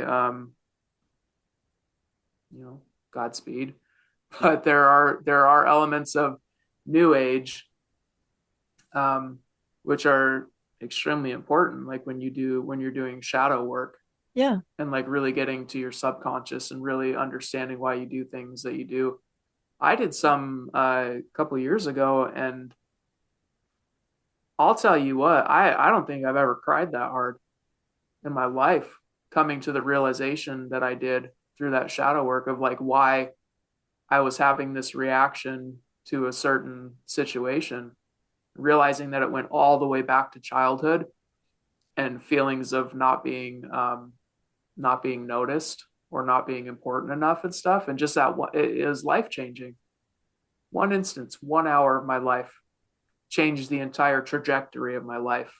Um, so I would say don't be completely closed off to things that don't fit your certain dogmatic belief system, because that can change very quickly Yeah. And those concepts were just put together and created into some religion by men. and misused, whatever, you know. They're it's just like all the religions of the world have truth to them. They a lot of them have simple tenets that are like you can see across all religions. It's like the love, the golden rule, love your neighbor as yourself. That is like, I'm pretty sure that's in every religion. Yeah. Are there good people in the world who have never been to a Sunday mass? Yeah, Yeah. Are there absolutely. good people in the world who have never been to a divine liturgy? Yeah. Yeah. Yeah. I mean, if you find one that works for you, more power to you. But I know we don't make claims here on the Over Sharon show, but I will make the claim that being completely shut off to any other way of thinking, you should probably do some healing. Be a red flag to you. Yeah. Do some healing, because that's not a natural state of being. Hmm. Yeah, it's funny you brought up the supplement thing because it reminds me a lot of organized religion, or even the way some people will treat the new age concept where Mm, they think that's the answer. There's nothing the wrong with pill. this. There's nothing wrong with what some of these people talk about in the new age. I mean, just the way you apply it. There's nothing wrong with supplements. You can use them to enhance your life. But if you're just relying on the supplement and you're giving the religion or whatever it is, and you're giving it all your power, To be you the don't realize. fix. Yes, the supplement or the religion or the crystal, the crystal skull, whatever it is. I got this cool one. These are like talismans, right, for your belief. So you can give them the power to focus your attention, but if you forget that it's you that's doing it, it's your power that you're giving, it's your attention, it's your divine right to create in this realm given to you by God, then I think you're okay. And that's really why all these like the diet arguments and the supplements or any kind of arguments, there's like all these obviously religion. We talk about division all the time, and these lines are some of the craziest ones that people get, I'm a vegan, oh, I just eat meat, and they'll just fight all day about it. Mm, Whereas it's like each person where they are at right now, it's up to them to figure out what works for them in their diet. right. And that Oh, that changes. Yeah. it does It over changes time. It's Oh yeah. constantly. Oh I've yeah. never felt healthier than when I was on a strict carnivore diet for like 6 months, literally nothing but steak and eggs and water and salt. And then I tried to do it again a couple years later and I couldn't. I could not do it. And then this summer in particular, I have been eating more fruit than I ever have in my entire life. Like I'll put down a watermelon every couple days, all summer long. Just eat any fruit that I can get that I need in my body, or like that sounds good to me. I put in my body, Hmm. and then I start, as always, those synchronicities. I go on TikTok and I start reading about or watching these videos of people talking about watermelon and how it's like one of the most healing things for your cardiovascular system. And I've had Mm, heart palpitations for many years. I think a lot of them are anxiety and stress related, but um, it's just interesting because I've had a fear of my heart for 15 years. I think since probably the first time I experienced a legitimate panic attack and the heart starts thumping and you can't control it, I've had a fear of it ever since then. So then I was like, oh, that's interesting. I had this feeling at the start of this summer that I just wanted to eat watermelon and I have not been able to stop. And then I find out that that's healing for the heart. Um, yeah, it's weird. amazing. But yeah, I mean, your diet changes. These things should be looked Hmm. at, whether it's diet or religion or, as Brandon was holding up that nice chunk of amethyst there, these should all be tools, not the answer. Right. Right. Like it Yep. can be part Absolutely. of the answer. I'm very big on making sure that you get a lot of magnesium in your diet, right? Because it does literally everything in your body. You can't function without it. But that's not the answer to like ultimate divine health and happiness and everything. It's just a tool. Make sure you get magnesium and then move on. And I also wonder, like, why would people want to reach that point early in life of being perfectly happy and healthy? That takes away the journey. Oh, absolutely. Like that takes away the journey of life, which is what makes life worth living. Yeah, people Yeah. say that like, oh, I wasted 10 or 20 years of my life. Like shout out to Steve, the Zeralath. I was on the Weaving Spiders show, not this past Saturday, but the Saturday before, and he had said something about, oh, I wasted 20 years of my life. And I was like, maybe you could just say it this way, Steve or Zeralath, just say that the world wasn't ready for me yet. So I had to wait 20 years till it was, like it's all about reframing that. Cause I don't think that anything we do is a waste at all, even if it's heroin. If you're doing heroin for how many ever years until you do it, till you're sick of it. Like I had a friend who almost died because of it. He had like this really bad experience happen, and then all he could think about were his children and how they would grow up without a dad, and then he just quit. So I think that all these paths are just ways because then you really have no doubt. There is no lingering doubt in your mind that maybe I should do heroin. I had another friend that was a heroin addict and he was a comedian and he quit heroin to do comedy. And he said, if I can never do comedy, I'll just go back to heroin. He's like, that's how good it is, but he had this other thing that he wanted to do, right? Express himself and be a comedian. And so he was living for himself and he was happy that way. He was scratching that same itch. So We're getting into Wheel of Time territory now. The wheel weaves as it will. yeah, the wheel Um, weaves as the wheel wills. yeah. No, you're spot on. I've actually had that reflection before as well, and it is fascinating to think about, right? Like I carried all this pain for many years about my parents separating when I was 12 years old, just on the cusp of like puberty and should be becoming a man and needing that strong male role model in my life. And then poof, I have literally nothing. And then my mother's like, you're now the man of the house. You have to pick up these responsibilities. And I'm like, at the time, like, embraced it to the best of my ability. But what ability does a 12-year-old boy have to, you know, act as a sit-in father figure for his two younger brothers? Literally none. It was wild being put into that. But then I go, okay, if that wouldn't have happened, then I wouldn't have gone to Mexico in eighth grade, where I met my now wife. We wouldn't have spent a week and a half together in Mexico, just inseparable, right? Like, I know this might seem a little cliche, but both of us felt it. Um, I don't know how to describe it. You know, like soulmate. Like the moment that we saw each other, it was just like, oh, there you are. You know, Oh, like everything in childhood was so difficult, but then we were like, oh, there you are. And I'm not saying that we're perfect by any means. Like we've had some knockdown, drag out arguments. We've been together for 18 years now, and we were friends for 3.5, 4 years prior to that. But I wouldn't have met her had my parents not gotten divorced. Like there was a school trip, and I was like in such a weird, depressed, you know, despair state that I was like, no, I'll go on this trip. I'm going to go with my buddy on this trip and have some fun.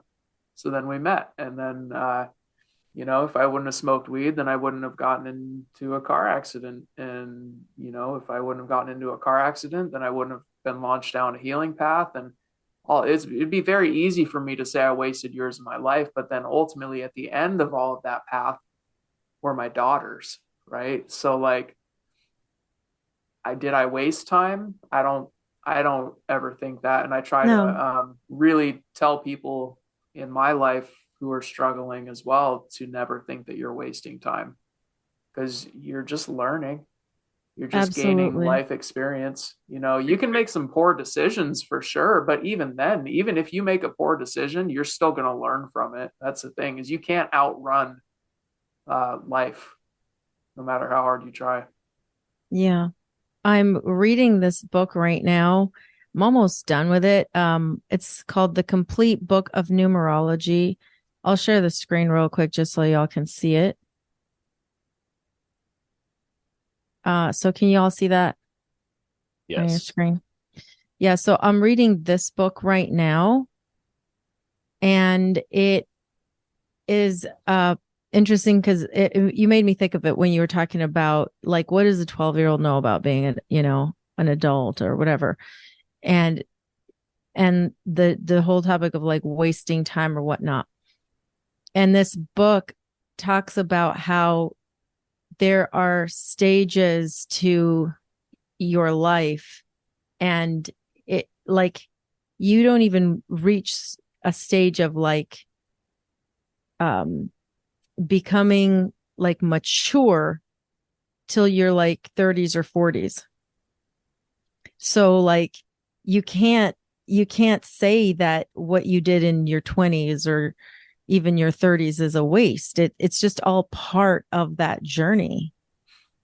Well, the human And brain in itself, like that prefrontal cortex, isn't even fully developed until 28 years old, is when it wow. finishes developing. So people who are like, oh, I wasted my 20s being a stupid kid, you couldn't fully make a rational decision. Like those neural pathways weren't even fully developed until you were almost 30. That's Give crazy. yourself a little credit. So even on a physical level, like your Right. brain's capacity to work at full potential isn't even there. What Yeah, does that coincide with? Is that like a Saturn return? Do they call that Saturn return? 28 years, or what is it? Which one's the one that takes 28 years? good I'm question. I not think sure. Saturn return is around your 40s, but I'm not sure. Oh, never mind. It does sound Okay. clear though. Somebody in the chat will It's know. one of those. It's one of those planets. Yeah, it's But weird too. I wonder if because people in this physical society will be like, yeah, your brain doesn't fully get these pathways to what Nick was saying, right? So you can't be fully rational. But I wonder if it takes the experience of being a man or a woman for 28 years for that to actually grow. Like you have hello. to go through experiences for that to form. For You got to sure. learn on Yeah. your own all these things. Yeah. Experience. That's what builds knowledge to know. You can't know if you can't if you haven't experienced it. We've said that many times on the show. And a Yeah. lot And of times you that's, have to know the wrong thing to know the right. Go ahead, Nick. Mm. I was just going to say too, and that's also a huge shift when you come into adulthood, and then to obtain any level of wisdom is to be able to take that situation that happened to you that was a bad thing and no longer just kind of stew in it, but say, like I see this happen so often. People saying like, I had terrible parents, right? I was so traumatized as a kid. My parents were so evil and they're holding all this anger and stuff. And it's like, well, yeah, but they also taught you exactly what to not do. Like, there's always that way to look at things in life. Like, you went through something traumatic. I'm sure that it was not easy. And, your initial gut reaction is to say, I wish that wouldn't have happened.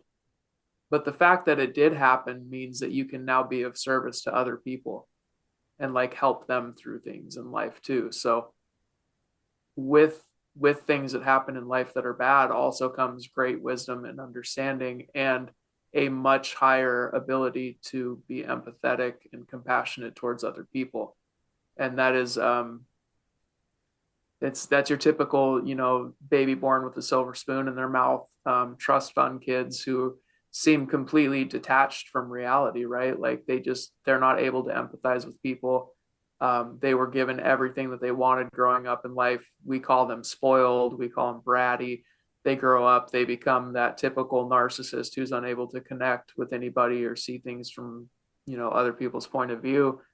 And it's like, but then you got the guy who grew up dirt poor, uh, not eating every day, and he will give you the shirt off his back.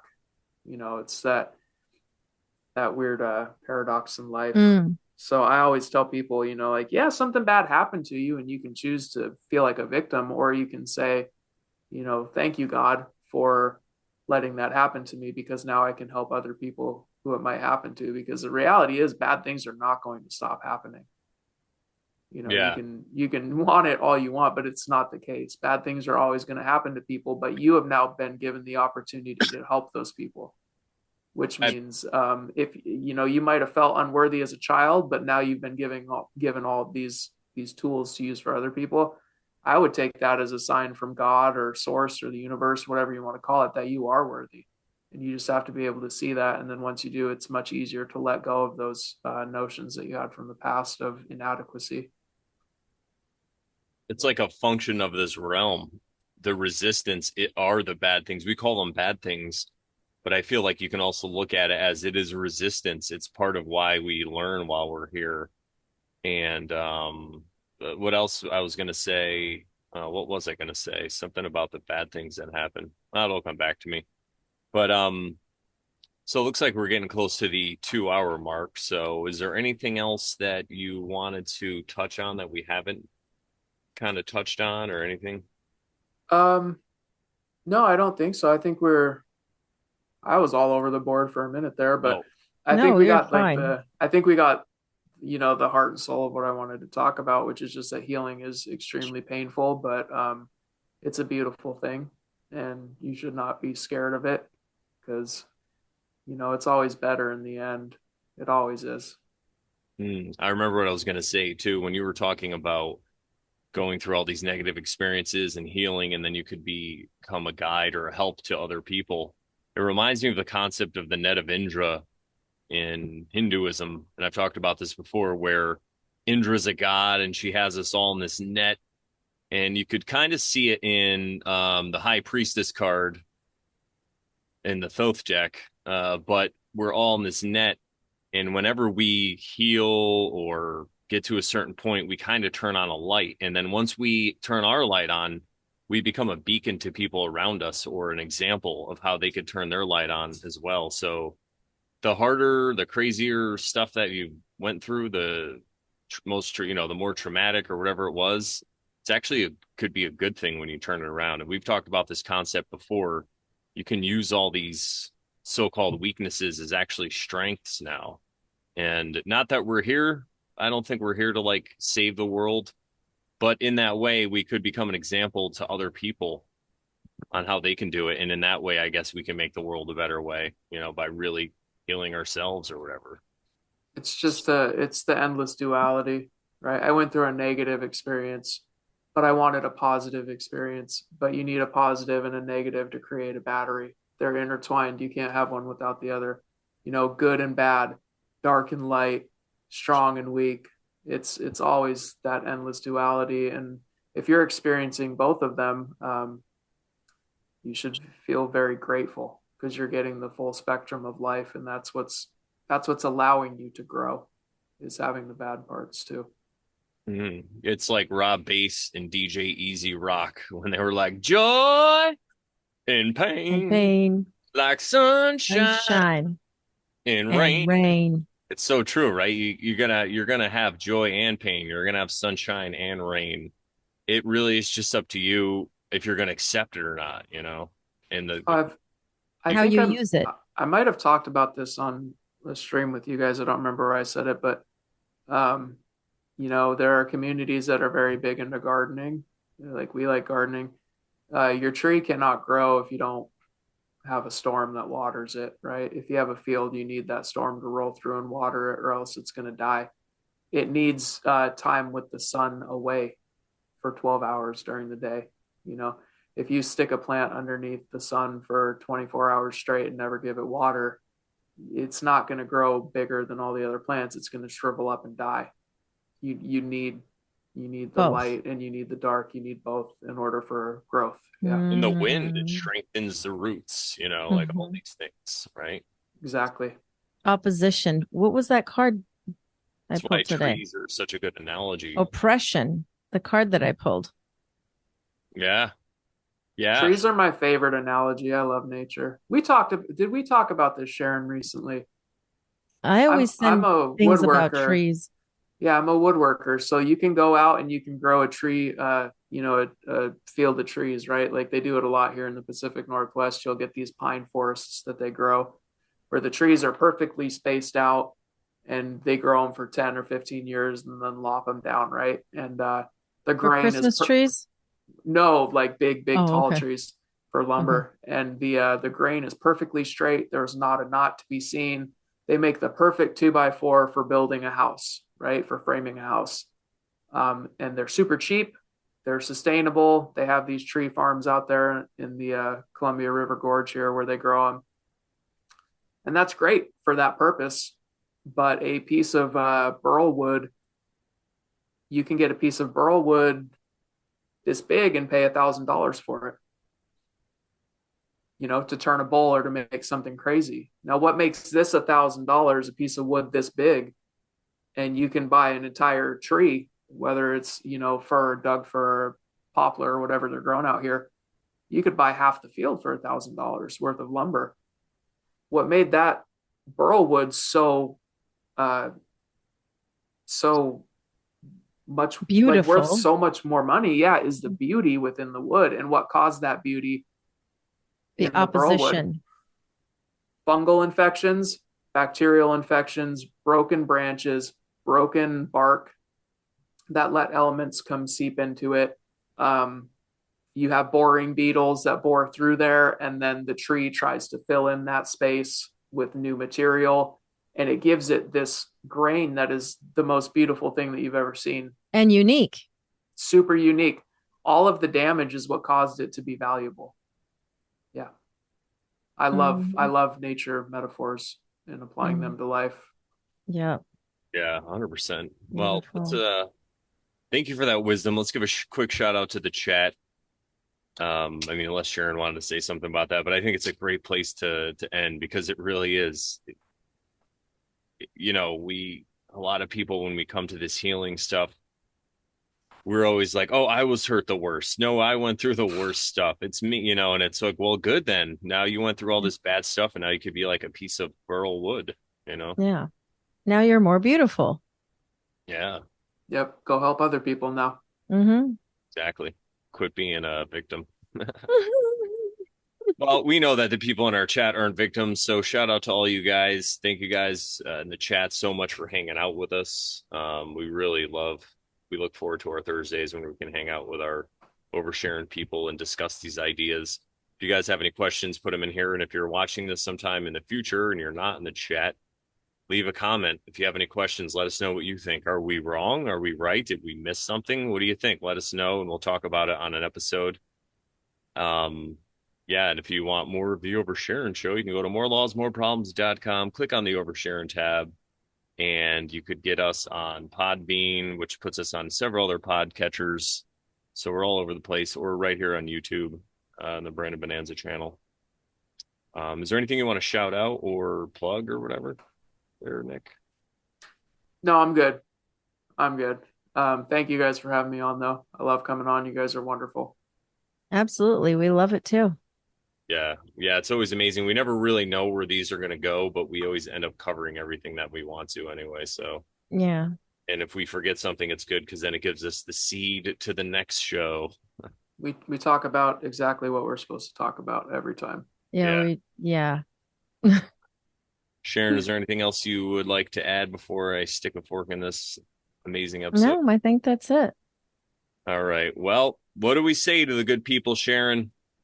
That once you start oversharing, Then you totally stop being a Karen. that's right. That's right. All right, guys. We'll see you next week. And remember, be a victim. Don't be a victor. Take care.